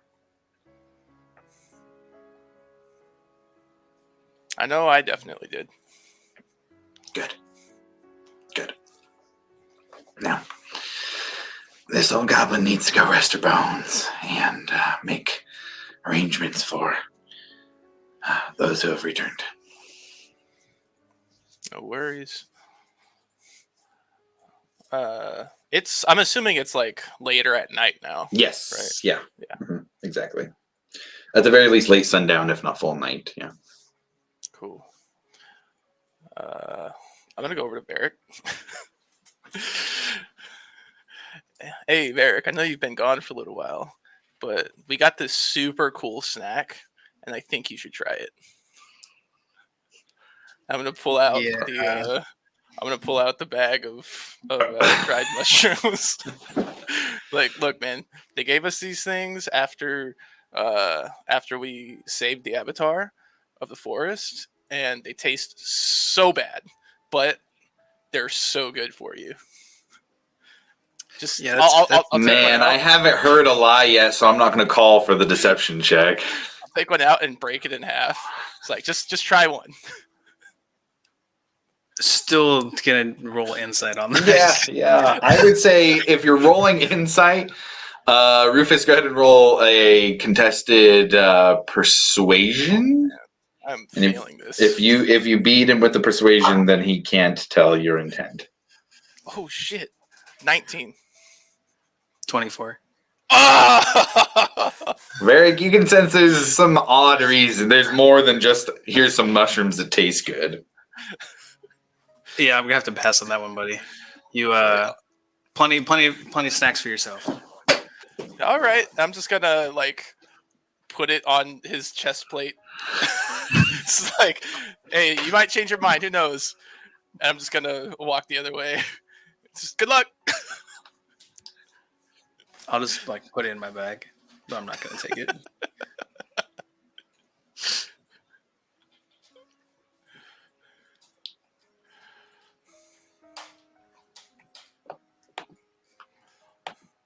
Okay. Varric, I would say at this point, there is a large fire that is going in the center of the village here. And with the flames flickering off on the edge outside of the grove, you do see, I would say, actually roll a perception check for me. I want to see how much you see.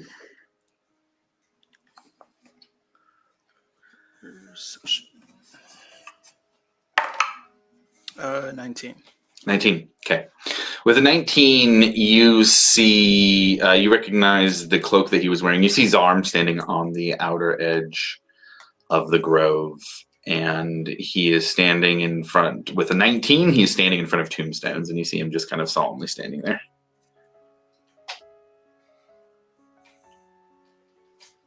I mean, I can put 2 and 2 together. I would say so. Yeah. Yeah. Or I would say at least that you have a strong idea. Yeah. Yeah. Yeah, I'm just gonna. I'll just watch. A few minutes pass, and he just is standing there, and you see him lean down and place something on the top, and see him wipe away his face a bit, and then head back. He doesn't really join any of the festivities. He just goes back to one of the dwellings. It is actually a dwelling that is not one that is with your guys' group. It is one that is off with the already established residents here.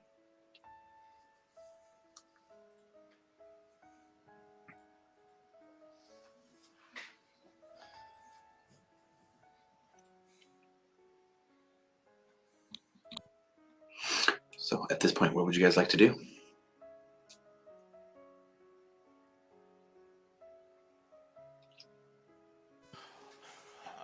I think for the night, I'm going to not partake in any festivities, but just go back to where I'd be spending the night and just meditate for a couple hours.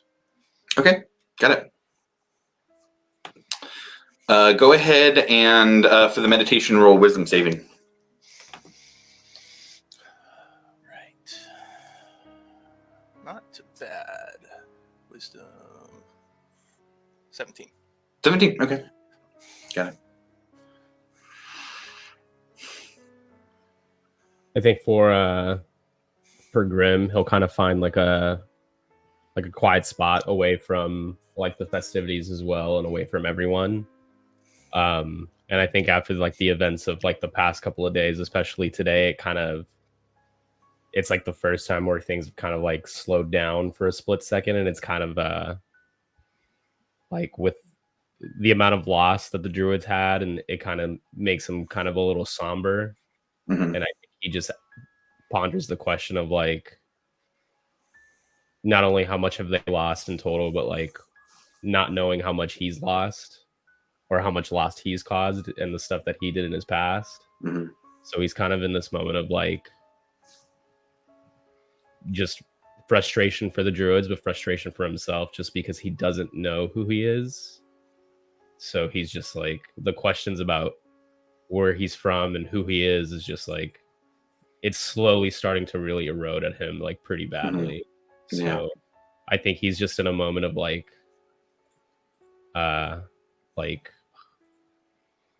hopeless wonder of like, he just doesn't know where he's going, but he's just that this is the right path. And I think he just sits there and just looks at the necklace and is just hoping for something, but just doesn't know what to hope for. Like he just doesn't know where to start. I need you to roll me a d20, Andres. Just straight d20. No mods. 16. It's very fitting. Where are you at that point? I think as close to the water as possible, or anywhere. Kind of just looking at the moon, the stars, just trying to like in a weird poetic moment, like where the stars taking me type of thing. Like just show me a path, any path, give me an answer, any answer. I guess trying to not only find out who he was or where he was from, but also like give me a path to help me atone for what I've done. Yeah.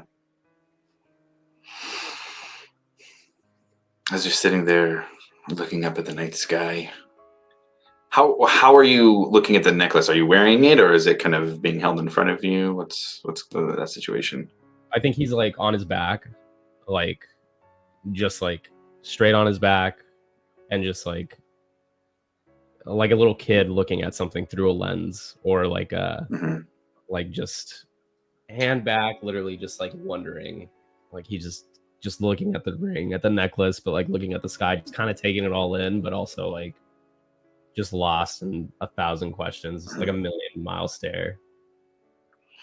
And it's funny, kind of as you're looking at the necklace with the stars in the background, you hear somebody walk up next to you. And you look at somebody who's humanoid. The thing you notice quickest is the light reflecting off their skin. You see that they've got an arm that is kind of wrapped in a bandage. And they are just kind of like standing a few feet away, not like right up next to you. And they say, you have a look about you, like someone who needs answers. May I sit? Yes, please. Thank you. And you recognize the gold-skinned humanoid who was in the temple.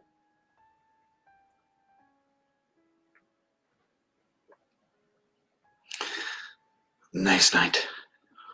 I find myself asking questions as well. The past is an odd thing, is it not? It's a love-hate relationship with the past, but I want the answer so bad, but I just can't seem to find the right questions. Have you found yours? I'm not sure. For many years, I've thought my answer lied in hiding and keeping myself hidden away, but it seems even then I was a bit arrogant. Sorry. The minds wander, do they not?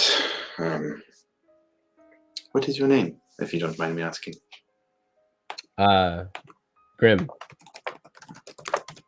It's nice to meet you, Grim. you as well. I think this is the first time in a while where I've been able to kind of slow down and think about everything. And I think that's the scariest part.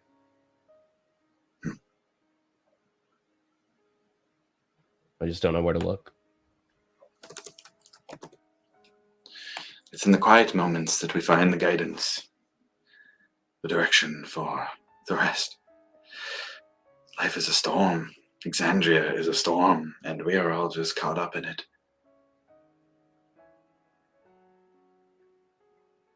And he looks over at you, and he sees his eyes squint a bit. It's quite an odd necklace you have there. Yeah. It is a little odd. It's just something I've had since I was a child. To be a child with a magical object, that is quite the childhood. I mean, I don't know much about it, so I don't know anything about it. I actually just recently had this returned to me. I haven't seen it since I was a baby. And more than this is Yeah, if you want. and this is your question. One of many. One of many. Yeah. And for a moment, you see their eyes go golden. Impressive.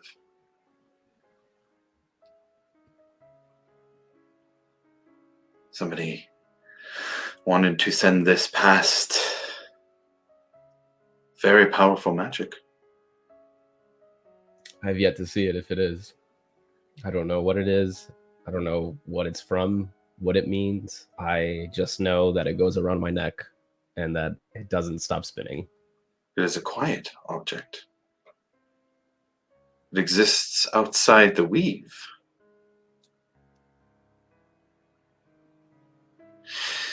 This is very interesting.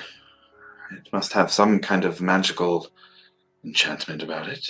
But to have that enchantment and still be separate from the magic that makes this world what it is, that is quite interesting. Somebody wanted to use this as a key, no? Something to get beyond very powerful magic. At least that's how things like this were used in the past.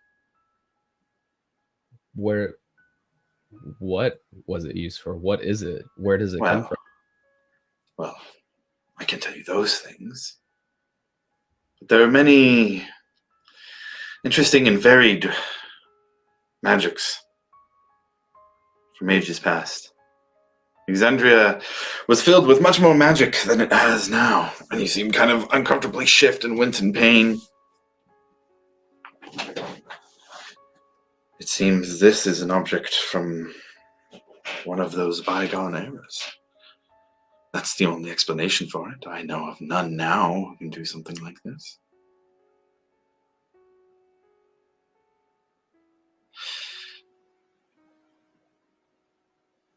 Quiet magic that existed outside of the weave, was often meant as an infiltration, a way to get past the powerful magics that warded off others. This is meant for likely a very specific place, friend, as he hands it back to you. Any ideas on where to start? No, not the slightest. Same. But you may be able to find restricted knowledge, those who keep the magics of the past behind guarded doors. You might be able to find information about similar objects. I haven't spent much time this side of Wildmount, but I know that there are some dark places in the eastern parts of this continent that may hold such knowledge. Well, this is a lot more than I ever thought I'd find out. And who knows where our travels will take us. I mean, hopefully we can help my friend, and after that, it looks like our journey is towards Iman. Maybe I can find some answers there. But the Dawn City, Vasselheim, also has some of the oldest records in the world. But here on Wildmount, I think the type of knowledge you'd be seeking would be held within the dynasty, or at least in those lands. Iman is a wealth of information. Who knows what information has made its way there, what knowledge has made its way there. But you need to be looking for quiet magic, ancient magic, if you want to find where this came from.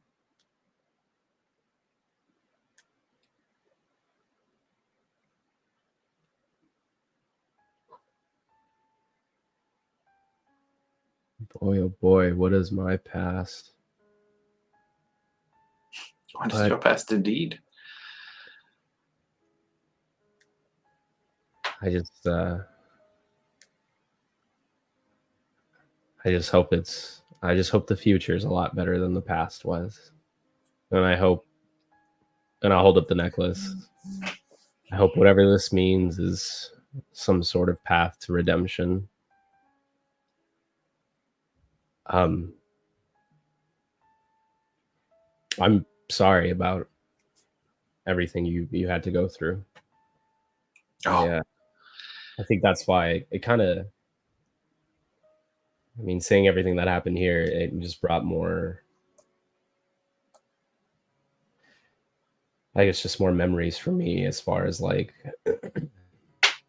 everything that you might have been through and whatnot. I just wish I could have done more. Oh.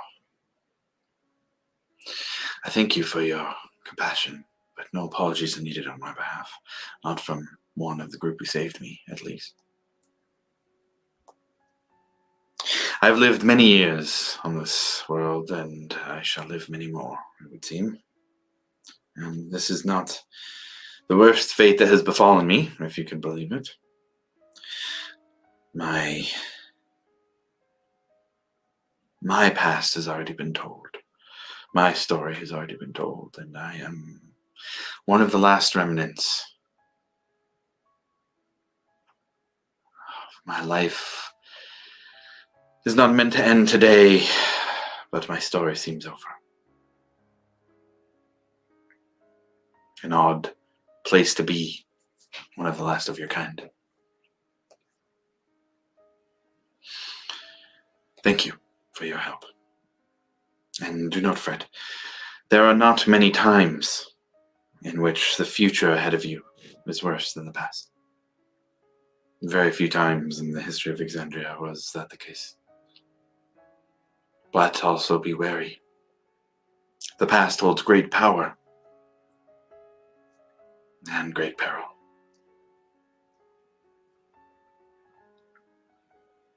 And they stand up, and you can see it looks like they have a bag gathered already, and they look like they plan to travel, even though they're very hurt, very hurt. Thank you. You've given me hope. And that's something I feel like I haven't had in a long time. And wherever your travels take you and whatever lies ahead, I hope it's one that you want and one that you need. And though your story has ended, I promise to take your spirit with me wherever I go.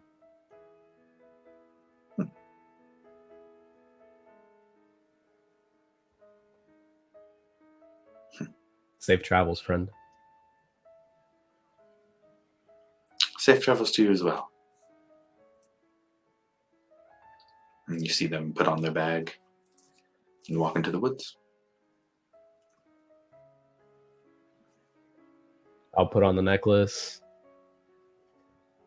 Look up at the sky one more time. Wipe away a tear and then go to bed. Okay, got it. Anybody else have anything they're doing here in the Vinewood Enclave before we wake up and go next steps?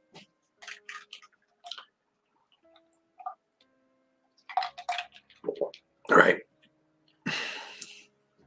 Well then, with that, everybody can bed down for the night and mark a long rest.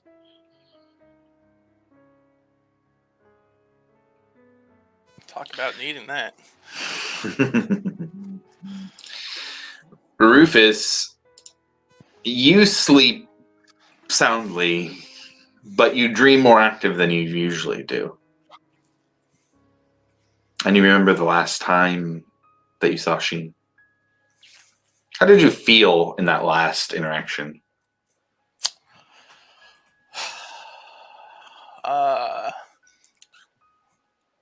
Like, when you say last interaction, do you mean the last time I physically saw her, or the last time Yes. that she Yeah. technically spoke? Last time that you physically saw her.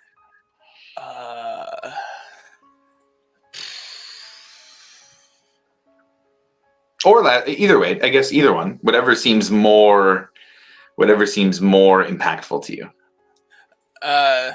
Then not amazing. A little bit abandoned, I suppose. Okay. And confused. Okay. Got it. The dream plays out exactly as you remember it. This is almost as if a memory is passing rather than a dream. And it feels more vivid than any dream you've ever had. But you wake up ready for the day and ready for heading to the Lycanthrope camp. Boy, sorry, my computer's being weird. They do that. Let me tell you. Whatever. Cool. So, Bastion's Watch, you wake up in the Vine Wreath Enclave among the trees and the goblins for one last morning. What would you like to do?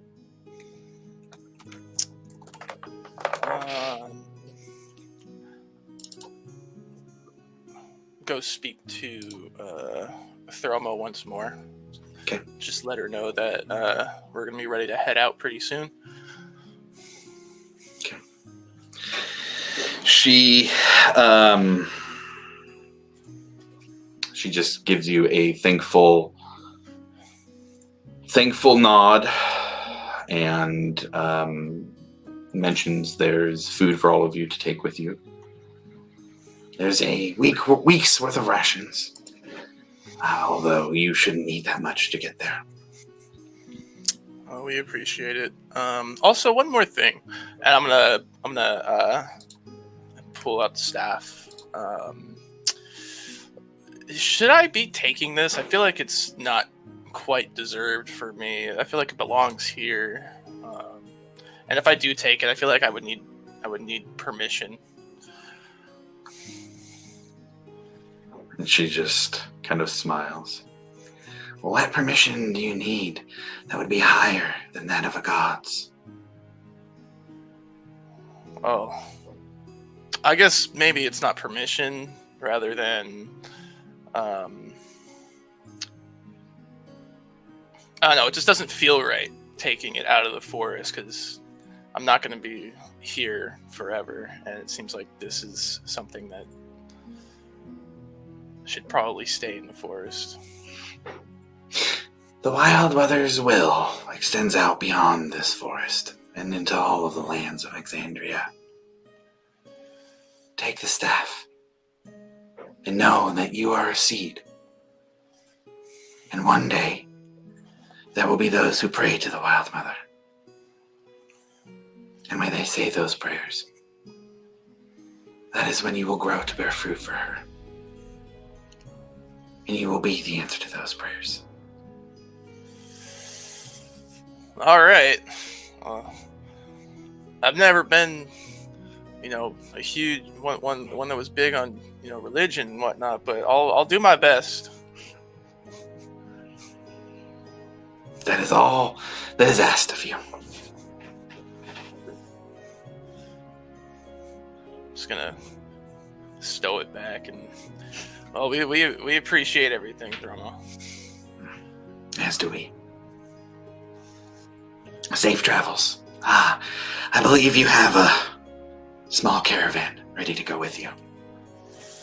And you look over and you see both of the werebats. You see Drex and Isaiah there. You see Zeolak, who was the mushroom guy.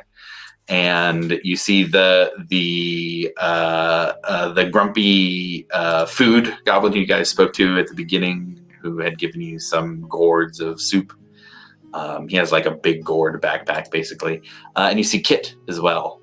And then off to the side, you see Zarm with an older goblin, kind of similar in age to Throma, but doesn't look like she has as much kind of ceremonial gear on.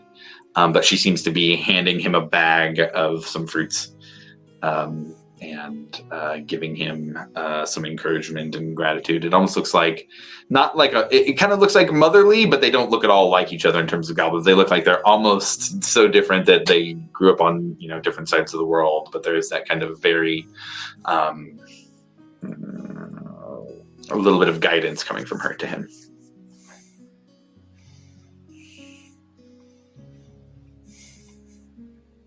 And Thormo says, they are all ready to travel with you. Wow, this is quite the party. How long is this journey again? Not very. I would imagine if you keep up a quick pace, you'll be there within 2 days' time. Well, all right.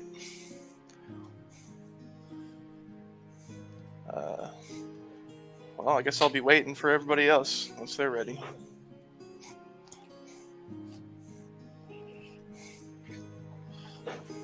Everyone else?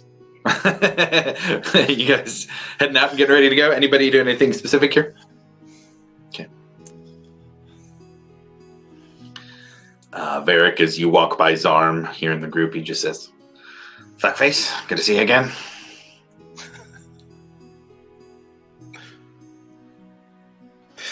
Yeah, just a head nod.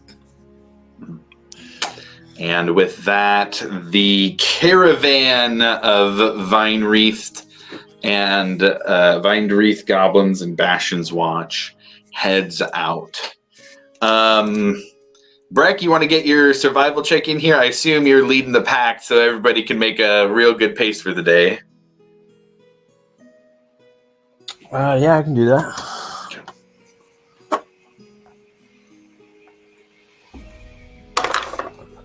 14. 14. Okay, got it.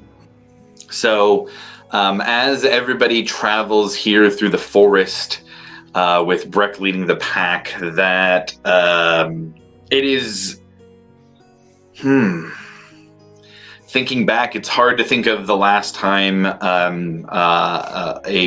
trek through the forest like this has felt so wholesome, for lack of a better word. You guys have cleared this forest of a huge curse. There's no better way to put it. There was a curse on this forest, and you have now cleared it. And as you all walk, there are birds chirping, animals all over the place. It seems that there has been a renewal of life. And I would even say at one point during the first day, you cross by what looks like a path that the spirit of the forest has walked through, where there is a strip of land where the trees and flowers have grown just expansively up, as you can see the evidence that the spirit of the forest has been rejuvenating the Lushgut forest. And as you guys easy travel the first day, as you all get to the end of the first day, you find a nice spot to make camp. And the druids and the werebats kind of all gather together. You guys have food. There's plenty of fuel around. You all feel very safe. Anybody can keep watch if they'd like to. But just a little stop moment here to check in to see anybody wants to do anything at a camp on the first night.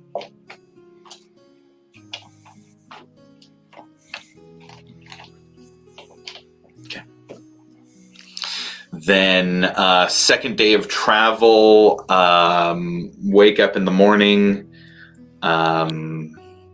and head off. Breck, why don't you give me another survival check for second day here?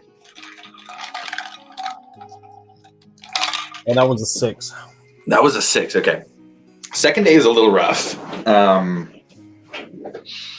I would say that with a 6, that would make it would extend the travel long enough to where it would be nighttime by the time you guys get there to the camp. And the travel itself is unhampered. You're not worried about any enemies or anything, and there's no sign of Yuan Ti here to ambush you or attack or anything.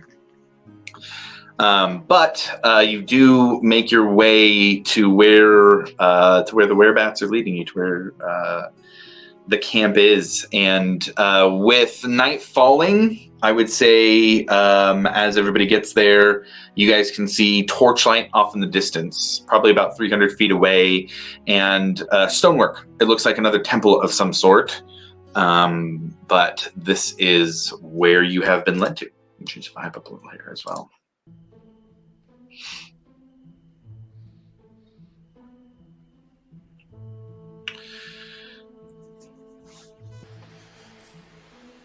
Looks like we're going to another temple. And Drix pops up. He goes, "Oh, well, yeah. I mean, we kind of use it for shelter and stuff, but we're not going in or anything. This is just kind of where we make our homes. It was easier than bringing in stone to build more stuff." That's fair. That makes sense. Yeah. Here, it's cool. I'll let everybody know you're coming. And you see them turn into a bat and fly off to get the welcome wagon going. Rufus, how you feeling, bud? You know, I'm not gonna lie, I'm a little bit nervous. This is it's been a little while coming, and you know, I thought I was a little bit more prepared, but now it seems like it's becoming real. And I don't know. I just hope everything goes well. Well, even if it doesn't, we're here for you. Thanks. But if you try to kill me, I'll be really sad. Just food for thought.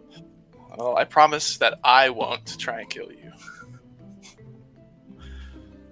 And I hope I'm not making a mistake by doing this.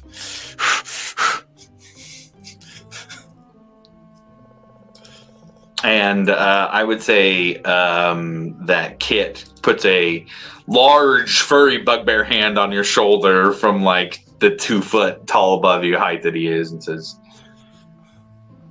"It will be fine, Rufus. I'm sure you will be capable of passing any tests they may put forward." Yeah. Definitely. You're right. 100%. Totally. Thank you. I appreciate that. And your massive hand. Very comfortable, by the way. You seem very tense, Rufus. No, never. I was raised a monk. Come on, we never get tense. We're always cool, level-headed. And you see him reach like into a pocket on the like a pouch on his belt and pull out just a very, it's almost like a small wooden druid version of a flask. It looks like it's wood that has been shaped. It says, "I usually keep this for a special occasion, but you look like you can use it." What is it? I'm gonna open it and smell it. And it just smells like fucking moonshine, basically. Oh boy. Thanks, buddy. And I'm just gonna down it. Yep, you do, and yeah, it definitely fucking helps, actually. And it is not but 2 to 3 minutes later that you start to hear footsteps moving closer. And you see out at the front a large figure.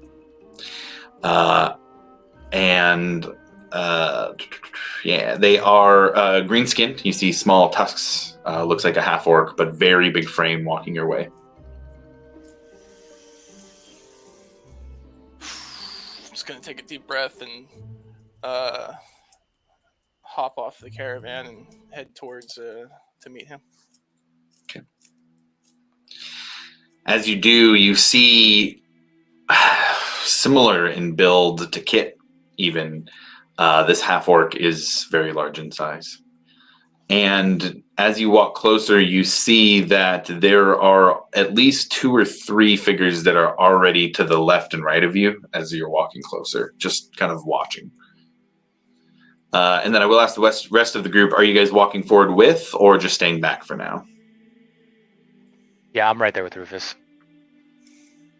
I'll be like, I mean, not like on his ass or anything, but kind of give him like enough space, but definitely like with him. How about the paladins? Not this. I'm hanging back. I'll hang back as well.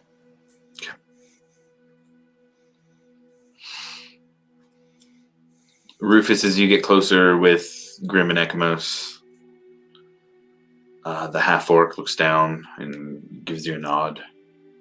"Welcome, Rufus. I hear we have much to discuss." Yeah, I think so. You and your companions may join us if you would like. We have dwellings inside the ruin. All right. We're good, right? We're not gonna get you attacked or anything.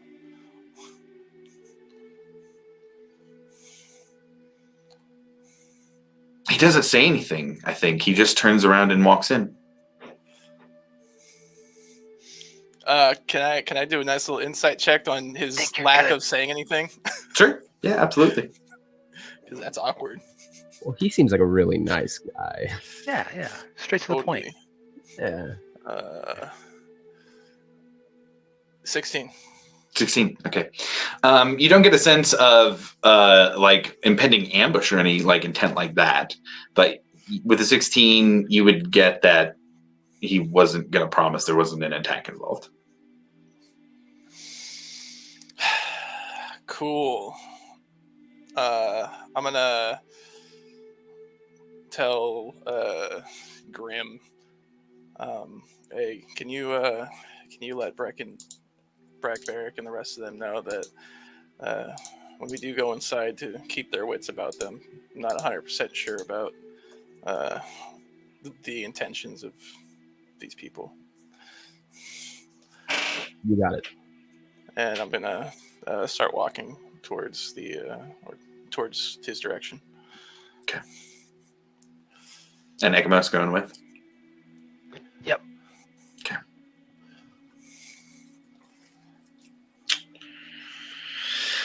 As you are brought in, you see Drex, and he's kind of hanging up on a branch. And for the first time, you don't get that sense of like goofiness from him. He definitely senses the solemnity of the moment. And as you walk forward, you see that you are brought forward into a small kind of circular sitting area. Where it is kind of it's circular, and there are different layers downwards to the bottom, and the bottom is just a circle. It's almost kind of arena Like style. Coliseum. Yeah, exactly. Yeah, and you're brought in there, and the half orc is sitting on a bench off to the side. But you see now that there are probably about 10 to 15 other figures that are on the outside on some of the higher levels looking down. But as the two of you walk in, you see the half orc start to change. Grows muscles, the face extends outwards, the tusks kind of stay large, but the jaw extends out, and you see a kind of brownish green fur as he, in his form, grows even taller into the werebear form that he often wears. After seeing that, I'm gonna hold my arm out in front of Ekamos, kind of signaling to stop, and I'm gonna pull my staff out just in case. It's just like getting ready for a possible fight. Just be like, what's going on? Yeah, this sucks.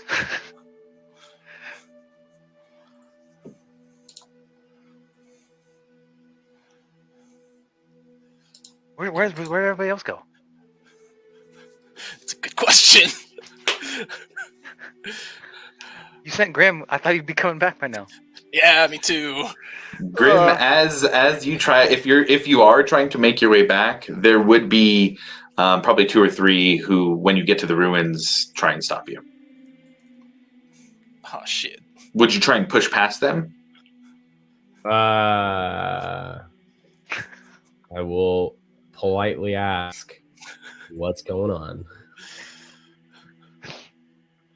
I would say there's a dwarf who's in front of you. It's a dwarf and a half elf who are here in front of you, and the dwarf is the one who answers. Radon needs to see if your friend can control himself. If he can't, then the world must be spared of his terror. Ah shit.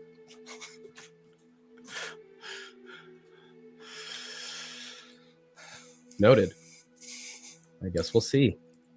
And I will see if I can step forward. You are physically blocked. If you'd like to make a contested acrobatics check. No. I'm not trying to like pick a fight with these guys. Okay. And, like, They would try and stop you and put a hand up. I'm guessing this is like a no spectators thing. Not yet. Fuck. I'll just do one of these, like, try and see if I can see anything. You can see a little bit of torchlight flickering, but especially given how it kind of goes downwards, nah, I can't see.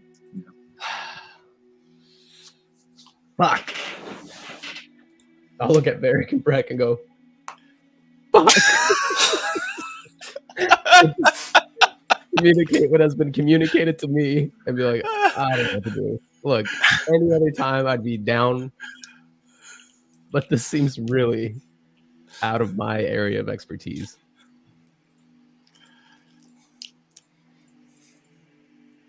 Breck and Varric, are you guys doing anything back at the cart? Or what are you guys doing back at the cart? I guess I'll ask that way. So, like, how far away are we from him trying to get back out? Can we see that he's trying to get back out and they're not letting him go? No. Sorry. This was if Grim was trying to go back in. No. He came back out, told you guys he was trying to go back in to hang out with them and was stopped from doing so. Are we within earshot? I would say so, yeah.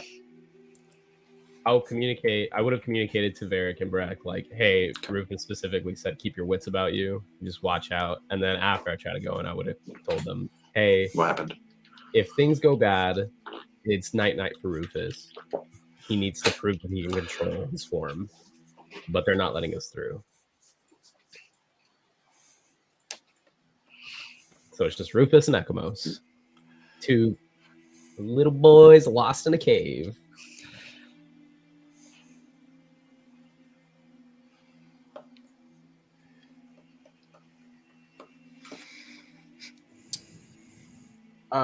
Well,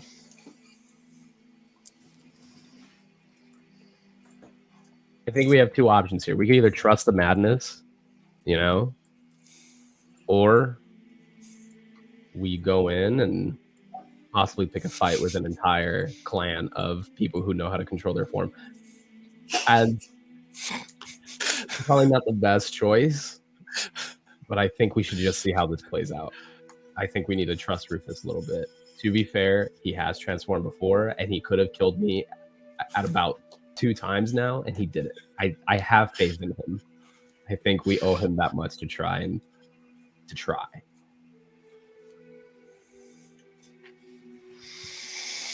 Oh yeah, I agree. But I'm gonna loudly say while looking at the 2 guards. But if they think they can stop me from going in there, they're fools.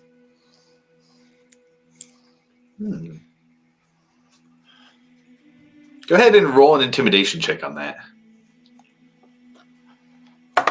Can I give him advantage? What do you say to give him advantage? I don't say anything. I just give the guy that's talking to I just be Varric. meanest, yeah. Give him the meanest look. All right. It's a generous advantage, but I'll give it to you. Oh, with the advantage, I got 22. 22. Okay. He yells back, "Entry will be allowed soon." Sorry, I'm talking from the door. "Entry will be allowed soon." He will yell back. Back to Ekamos and Rufus. Right, Rodan as the werebear. "Your curse. You come here to control it, rather than to get rid of it. Why?" I have a long path ahead of me, and I have very specific goals, and this will help me complete them. I'm trying to use this ailment to my advantage. Drix has told me your curse is one of the more empowered. It has caused you to be a stronger version of what some of us can do. I was told the same thing, and I'm not going to pretend like I know 100% what that means. All I know is that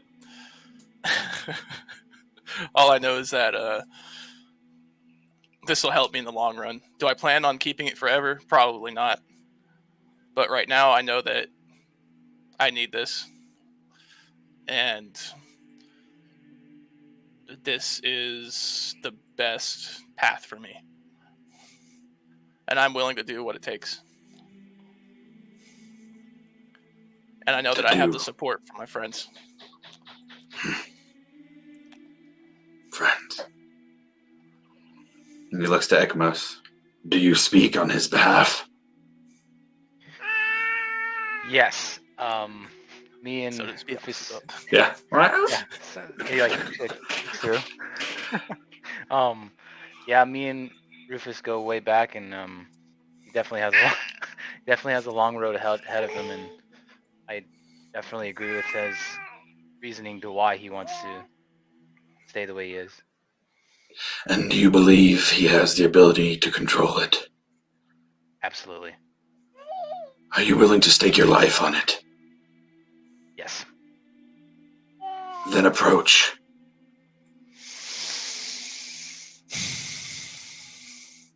With him? Just you. Oh.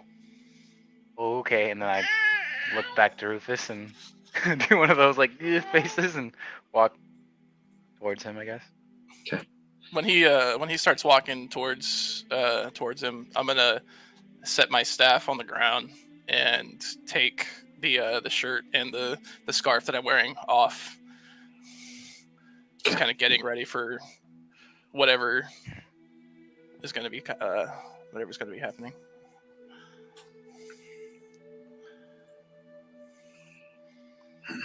Kind of focusing, calming myself down. And he says, it is arrogance to believe that you can control a curse. Especially one as powerful as yours. Let us see if... No, go ahead. I was going to say, it's not arrogance.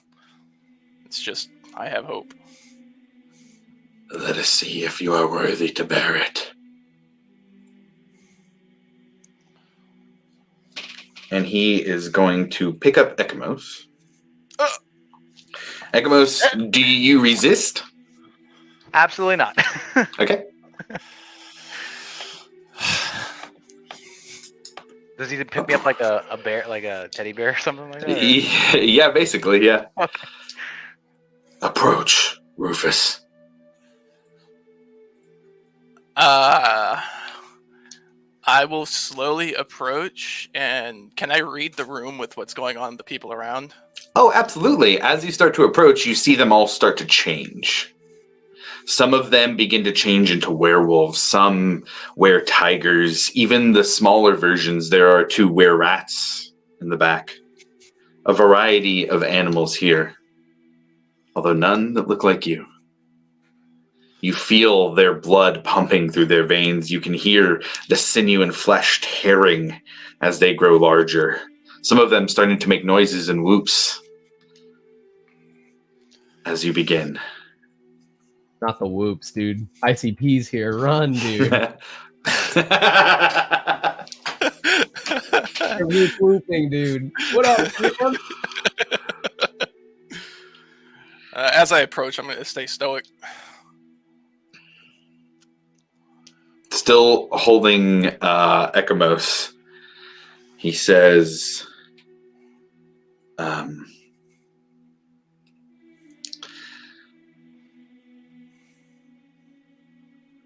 it takes much strength to keep yourself from killing those that you do not know. In order to learn from us, you must show you can control it, starting with one you care about most. And you see his large werebear form move to take a bite out of Ekamos. And Ekamos, if you're not resisting, actually, I'm going to call that with advantage and an auto crit.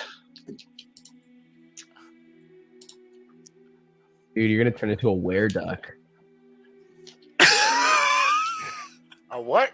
A were-duck, the most terrifying creature in the werewolf family, dude. Just a duck. Oh no. Oh shit. Your quacks would tremble the world.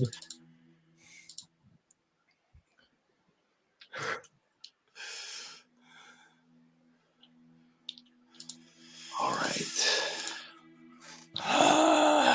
And they do have multi-attacks. So the first Oh, one, yeah, I know. So the first one is going to be, let me see here. What's the additional? The first one's going to be 30 points. Sick. Fuck me. And that's low. And the first one, let me see the mod. The first one was high enough that, oh, and you're not resisting either. So the second one is going to be a 21. Like that. Sick.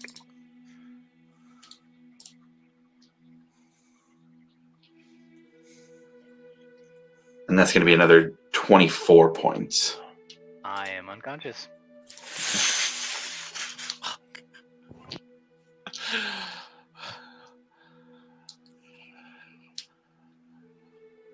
Back on the outside, about 5-6 minutes pass. You can come in now. Oh, hey, thanks. Showtime. But as the three of you start to walk, you must not interfere. And you can see now that the human and the dwarf and the half elf have turned as well, and are waiting for you to say you won't interfere. I will not interfere. These are not the droids you're looking for. I'll say I won't interfere, and I start walking. I will also tell them that I will not interfere.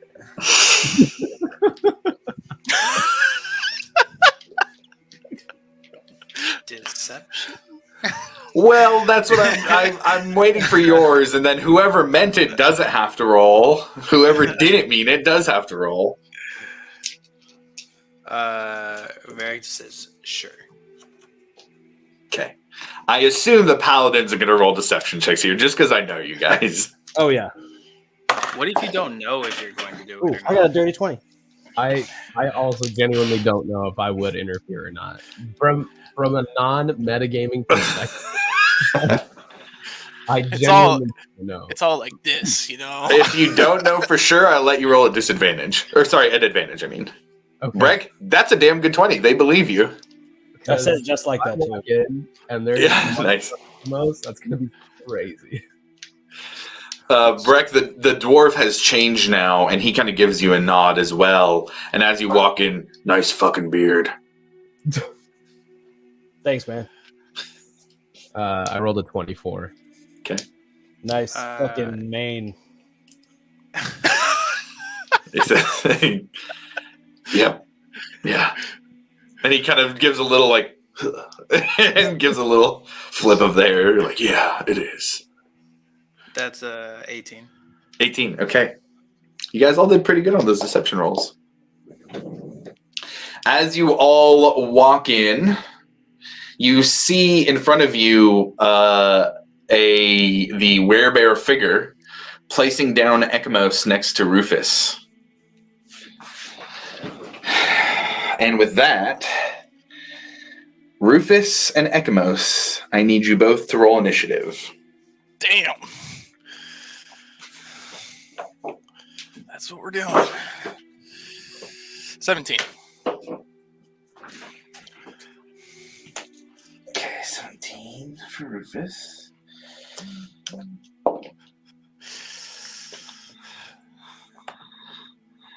Plus 0. And how about Ekamos? 2. 2. Okay. I'm like the damsel in distress here. Kinda. All right, let's do this. Help me, Rufus. You're my only hope.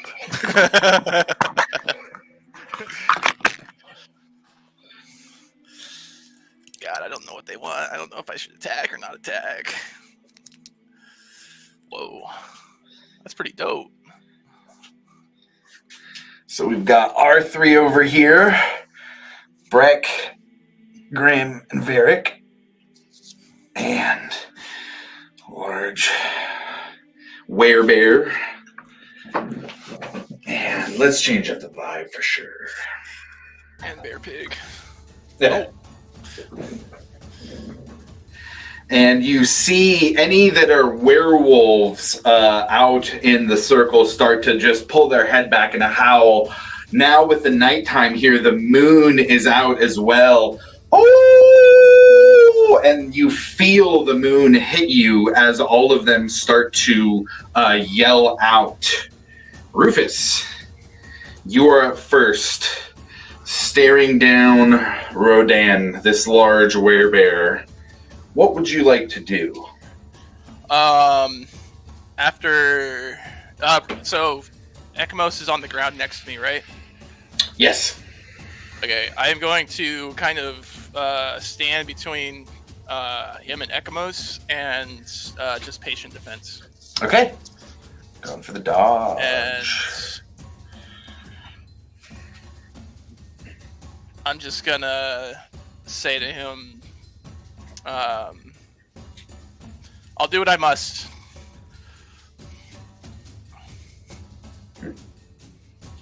All right. Well then, it will be his turn next. And he says, we shall see. Ugh. And is going to make against you 2 claw attacks. At disadvantage. At disadvantage. Buddy, I rolled an 18 and a 17. So it's going to be a 24 to hit. Damn. No, that was on the dice. Okay, so they go up for their first attack and hit you. And that is going to be...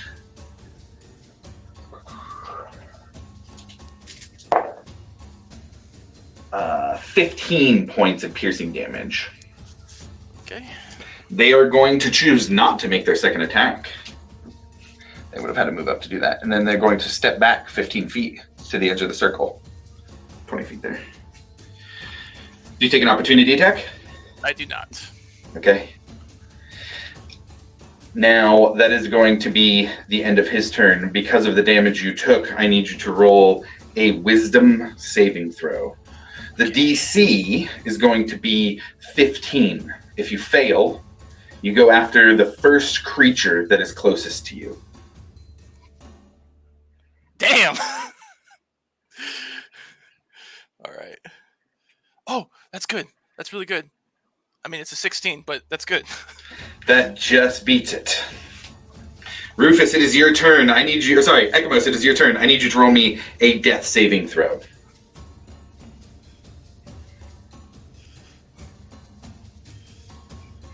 I fail. Or I'm sorry, success. A success, okay. 10 or higher is a success. No mods. Okay. With that, Rufus, it is back to your turn. What do you do?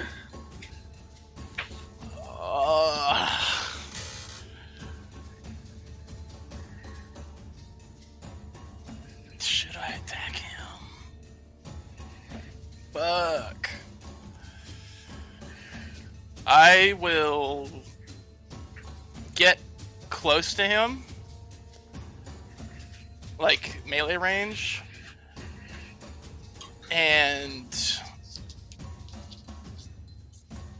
patient defense, and that's it. Okay. Or got it. actually, just the dodge action, I guess, because I'm not Just using dodge. the action. Yeah. Okay, got it. All right.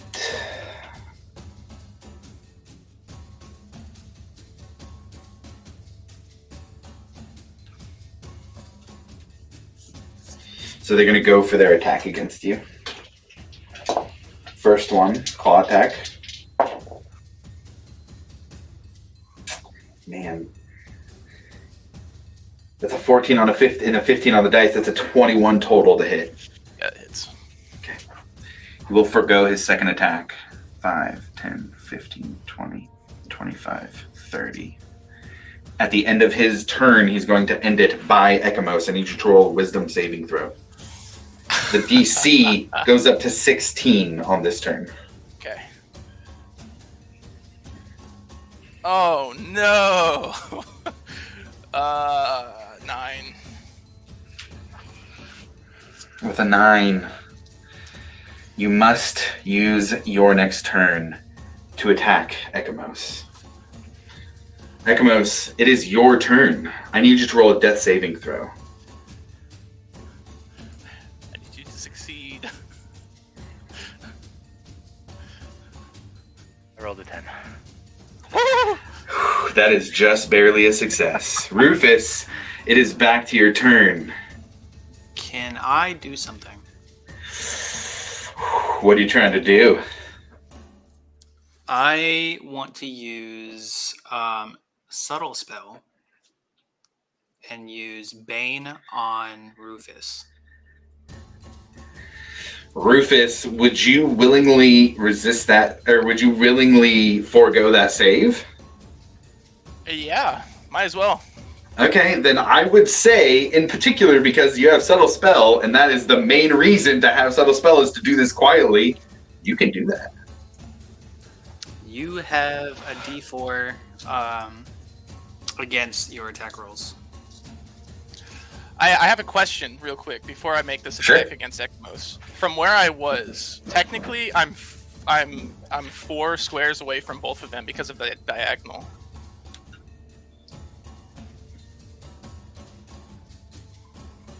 Because of the diagonal. Yeah. You can make the choice, if you would like, between if they are the exact same away, then you can make the choice, but you don't know what that means. You can tell his intent is to test your ability to not attack Ekamos. I will make an attack. Fuck. To not attack Ekamos.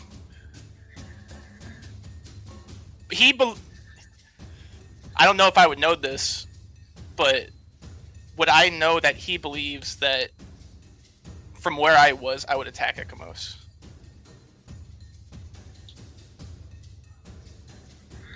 I guess I'll put it this way. You have failed the wisdom save either way at this point. Right. And that's the important part. Okay.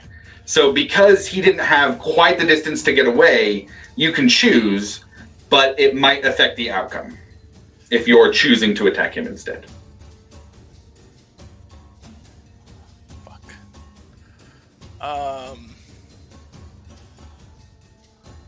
Let's make it easy. Let's make it a dice roll.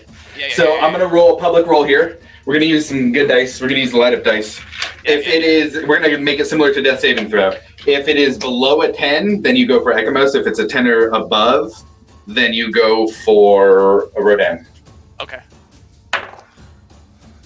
19. Oh, okay. Cool.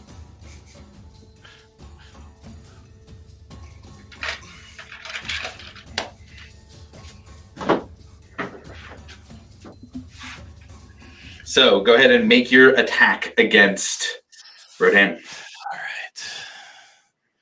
And this is. Oh yeah, I don't have my staff, so it's unarmed. Yes.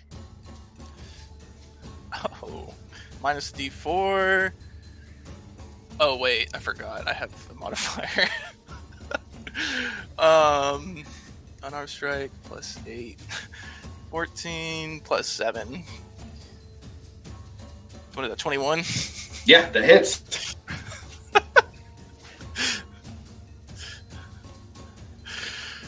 Sick. And how much damage was that? 6 damage. Okay. You say you can handle the control. Show it. You attack. You cannot control it.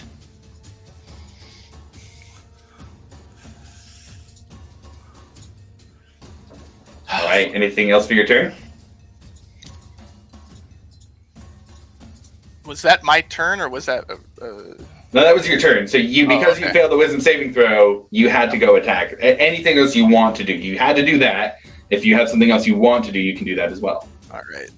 Then bonus action patient defense. Okay, got it. And I'll say I can control it. Whether you believe it or not. Says, then show me! And he will go next.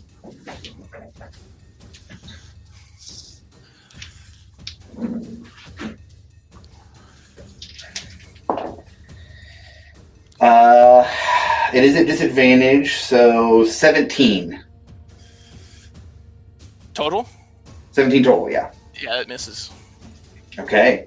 He will. That would have been a natural 20 otherwise, so good job, patient fencing.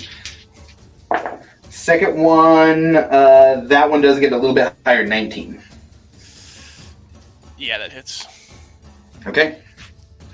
So he hits you. That is going to be 18 points of slashing damage.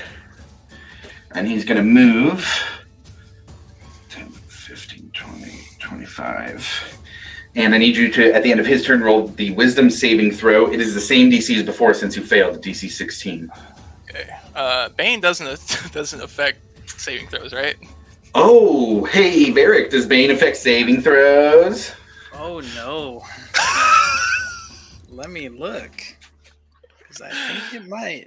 I think it does. No. I think it does. Whenever a target. Let's see. Yeah. Oh, fuck. Alright, well, 19 minus... Oh my god, 19 minus 3, 16. 16 just makes it. Ekamos, I need you to roll another death saving throw.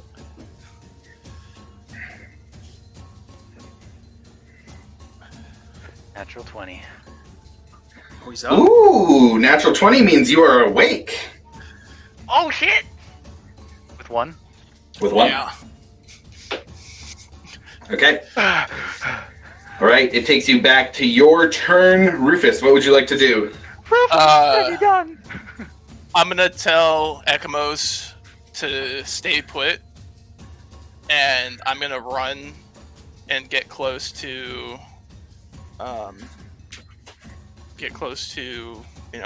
big bear boy, Okay. and dodge. Okay. Like right there? Where do you want to go? Yeah, right there. Okay, got it. If I see that he's like able to like communicate and he seems like himself, I'm gonna drop it. Okay, got it. Then you drop it. All right. You go up in patient defense. It is going to make its first attack against you. Oh, no, that's a 4 and a 6 on the dice this time. Yes. It's going to be disadvantage there. And this one is going to be a 13 total, so both of these attacks will miss. Woo!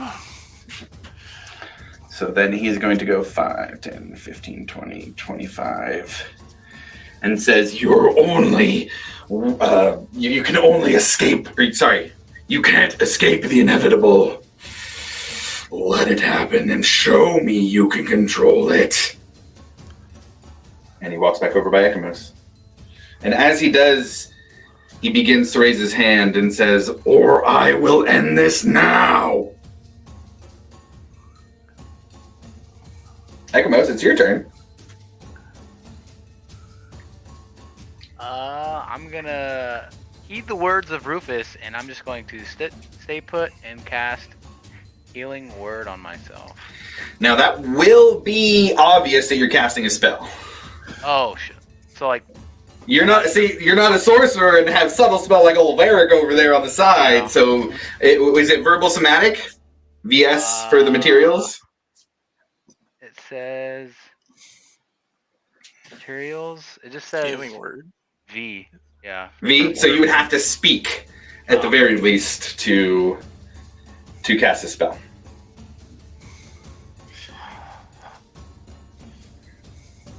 I think I'm just gonna be in such terror I won't say anything and just hold. Okay. Your call. Totally your call. All right, that takes us back to the top. Rufus, what are you doing? In this arena, is there moonlight coming through? Oh yeah, absolutely. Okay. can I kind of back up towards the wall on the opposite side of them? Yeah, that's good. And then focus on how I've transformed in the past. And move through the transformations into the giant eagle form. Ooh, absolutely you can.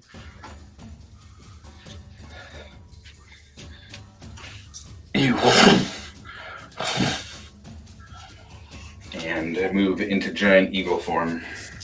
Oh wait, let me I need to pull up that. And I know I can't remember if we said it in the past if that was an action or a bonus action. I think it'd be full action for that. Okay. Cool. I wasn't ready. Okay, cool. Sweet. Let me see if that's a bonus action. I don't think it is. No, it's not. After transforming, I'm just gonna squaw and leave it as it is. In an attempt to try and like not necessarily intimidate, but get him to understand that I can at some levels control it. Okay. So with that, then he yells out, "Good! Yes!" It is his turn now, and he is going to pick up Ekamos and throw him at you. Damn! Oh no, fuck, I'm not in a... No!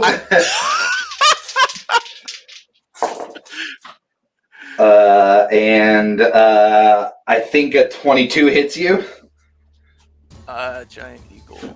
What's the AC for that? Yeah. Okay. I'm giving him, this is kind of some weird stuff here. So he throws them at you. Ekamos, you're going to take, actually you're both going to take 10 points of bludgeoning. Cool. I'm unconscious again. I'm a fucking ragdoll.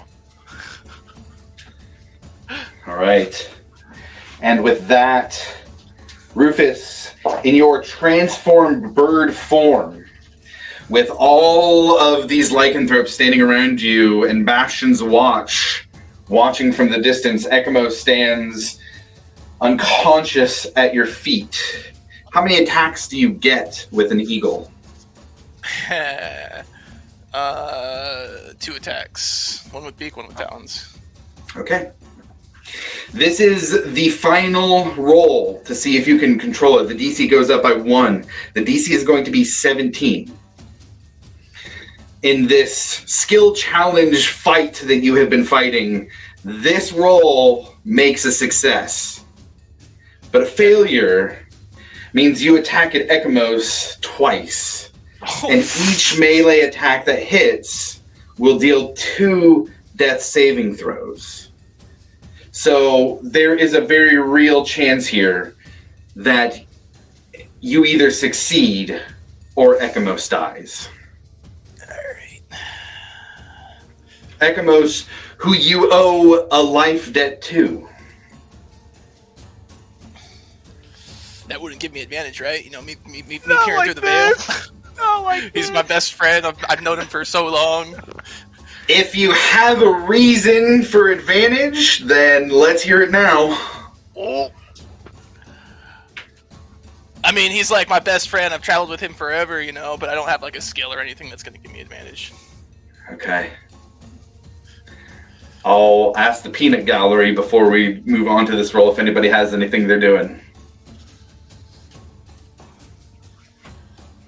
Is he making he's making a wisdom save right now? Wisdom save currently. Yeah, no, I don't have anything. Okay.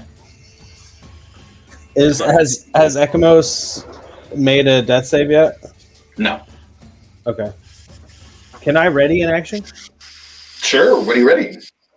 Misty Step. Okay. Where to? Well, it's 30 feet, right? It is. Well, I'd like to get as close to Ekamos as I could with it, but Oof, that's tough. So you can go diagonal here 5, 10, 15, 20, 25, 30. You'd be 10 feet away from Ekamos. all right. I just won't do anything then. Okay.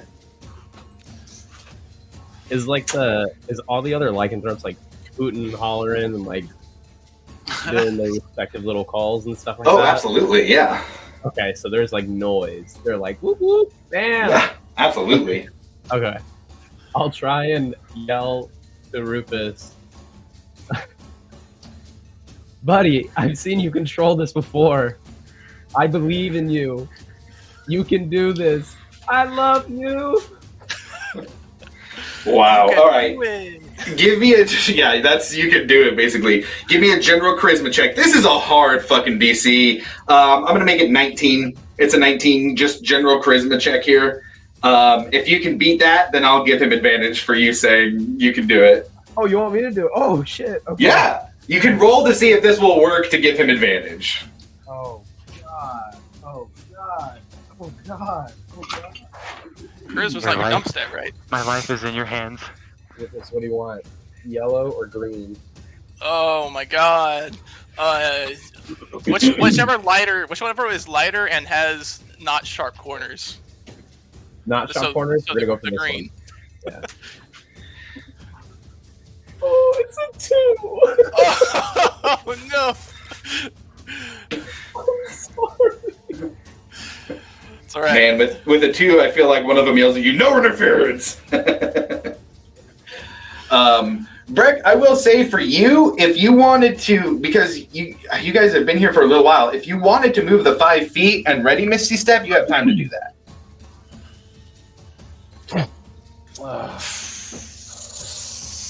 But that's still up to you. No, I'm gonna trust in Rufus on this one. Okay. Rufus, this is a wisdom saving throw. It is a 17. If you miss it, you have to attack Ekamos twice. Alright, here we go. Oh.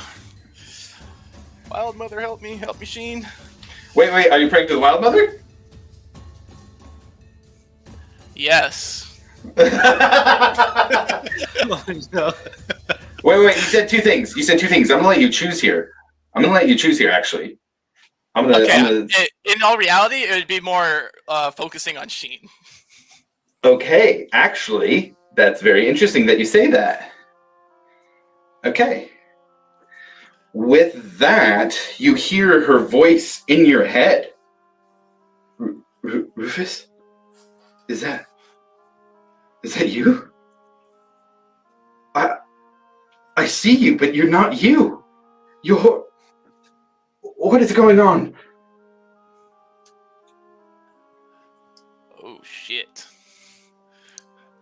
Alright, I gotta do this. I gotta do it for Sheen. Okay, and in this moment, you feel her words for the first time.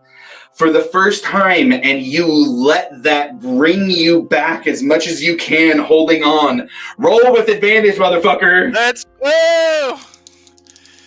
Oh boy, don't fail me now. 19 plus 3. 22.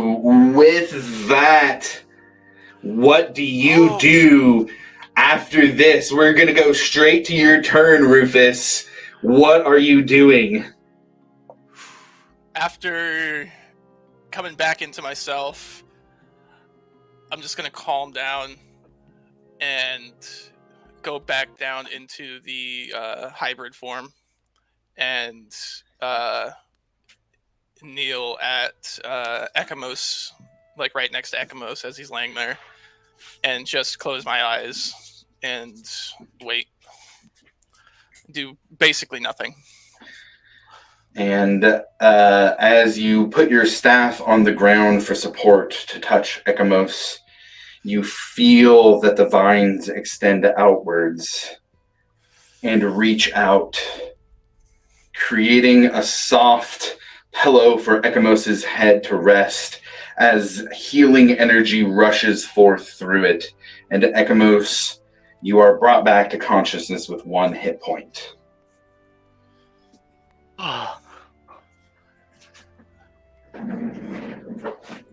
Is that Rufus? Is that you? I don't say anything.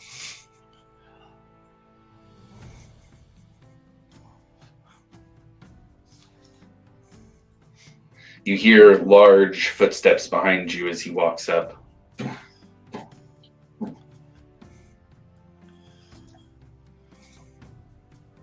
Welcome to the Gorgino Duma. Whoa. Can you spell that for me? Gorgynoduma. All right. Says you have much to learn, brother. If you are willing to be taught it.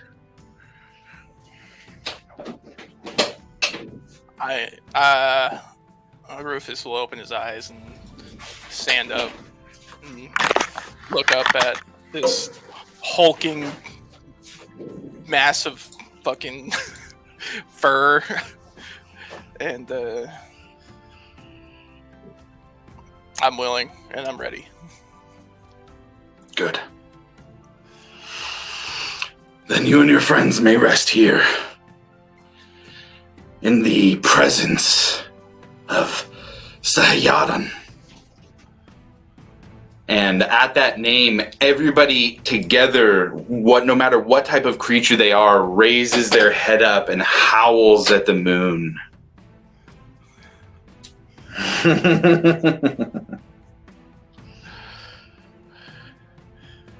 I'm definitely howling. When everybody's just howling, I'm just gonna look down. And you see Ekimos' crumpled, very hurt form, basically bleeding from a giant double bite wound from the bear. Ekimos, I actually need you to roll a Constitution save. Real quick. God damn it! Oh no!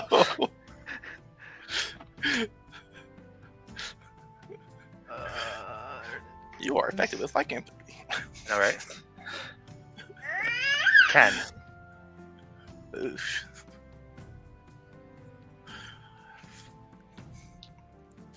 You guys hear me? What was it? Oh, that was 10. 10. Oh, okay. You do have a touch of lycanthropy. Just a touch of it.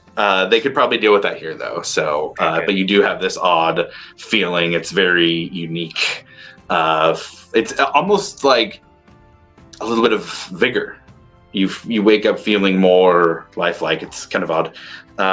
But Rodan does say, as he sees him wake up, says, "We are well equipped to remove the curse from those who do not wish to have it bestowed upon them." Yeah, I got a lot of baggage, man. This would not help at all. So, I greatly appreciate it. Please, thank you.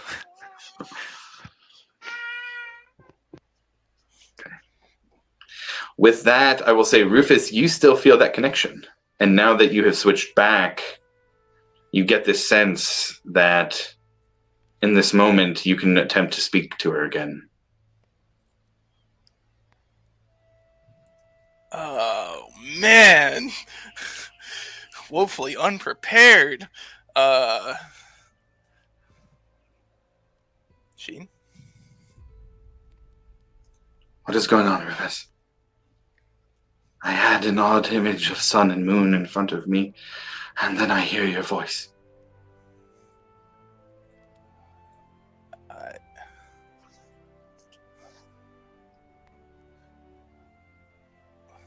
I've been looking for you. I'm sorry. I don't know how long this connection's gonna last. Can you tell me anything? I've been in Vasselheim. I'm in Vasselheim. Where are you? I'm somewhere in the lush good forest. I've been looking too. Listen, something's wrong. And the connection cuts off. Gene? Gene?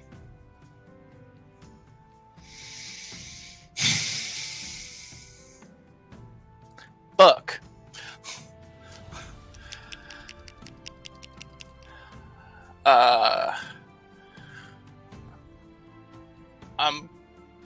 Rufus is just gonna turn and walk away from everything.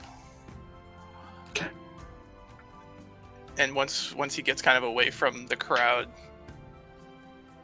he's gonna drop down to his knees and try and focus and see if he can't get that connection back, like as hard as he can, like desperately trying.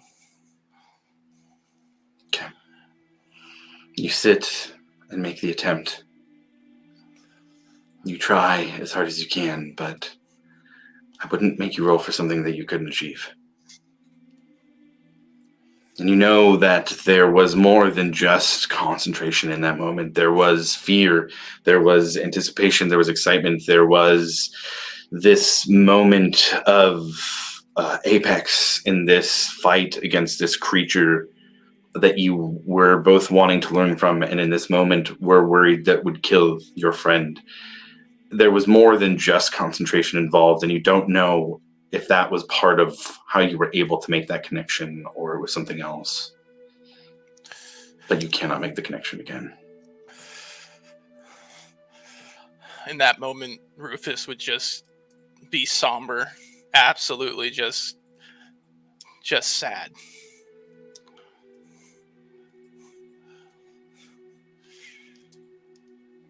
And get back up and walk over to what was the large bear's name? Rodan. Rodan. Walk over to Rodan and tell him that I'm ready to start as soon as I can. It can be even tonight. We have much to learn from each other. Come. Let us go to the woods. And you see him shift down to a huge, massive brown bear form. And he just starts to walk off into the forest. I'll follow him. Okay. As Rufus follows Rodan and his bear form off into the woods, I think that's a good place to end the session. Ah! Fuck! Thanks to everybody tuning in, watching the VOD afterwards. Thanks to all you guys just for being my players. Brandon, thank you for working with me on that one. That was good. Yeah. I do have to mention the music. I didn't do that at the top. I was so excited to get into the session. We use music from filmmusic.io. We've got information down on the panels for each of the songs that we use from there. The link will take you to information about each track individually. You can license it or listen for yourself. It's great. We also use Welcome to Taldor and Welcome to Wildmount. Generous folks at Critical Role let streamers like us use it, so we do because it's great stuff. So definitely check it out. Information down in the panels as well. And with that, we are going to log off for the night. We'll see Rufus back with this crew in a bit. But for now, he's got some learning to do here with the, I could get the name right here, with the Gorgino Duma. I might cry. All right, we'll catch you guys later.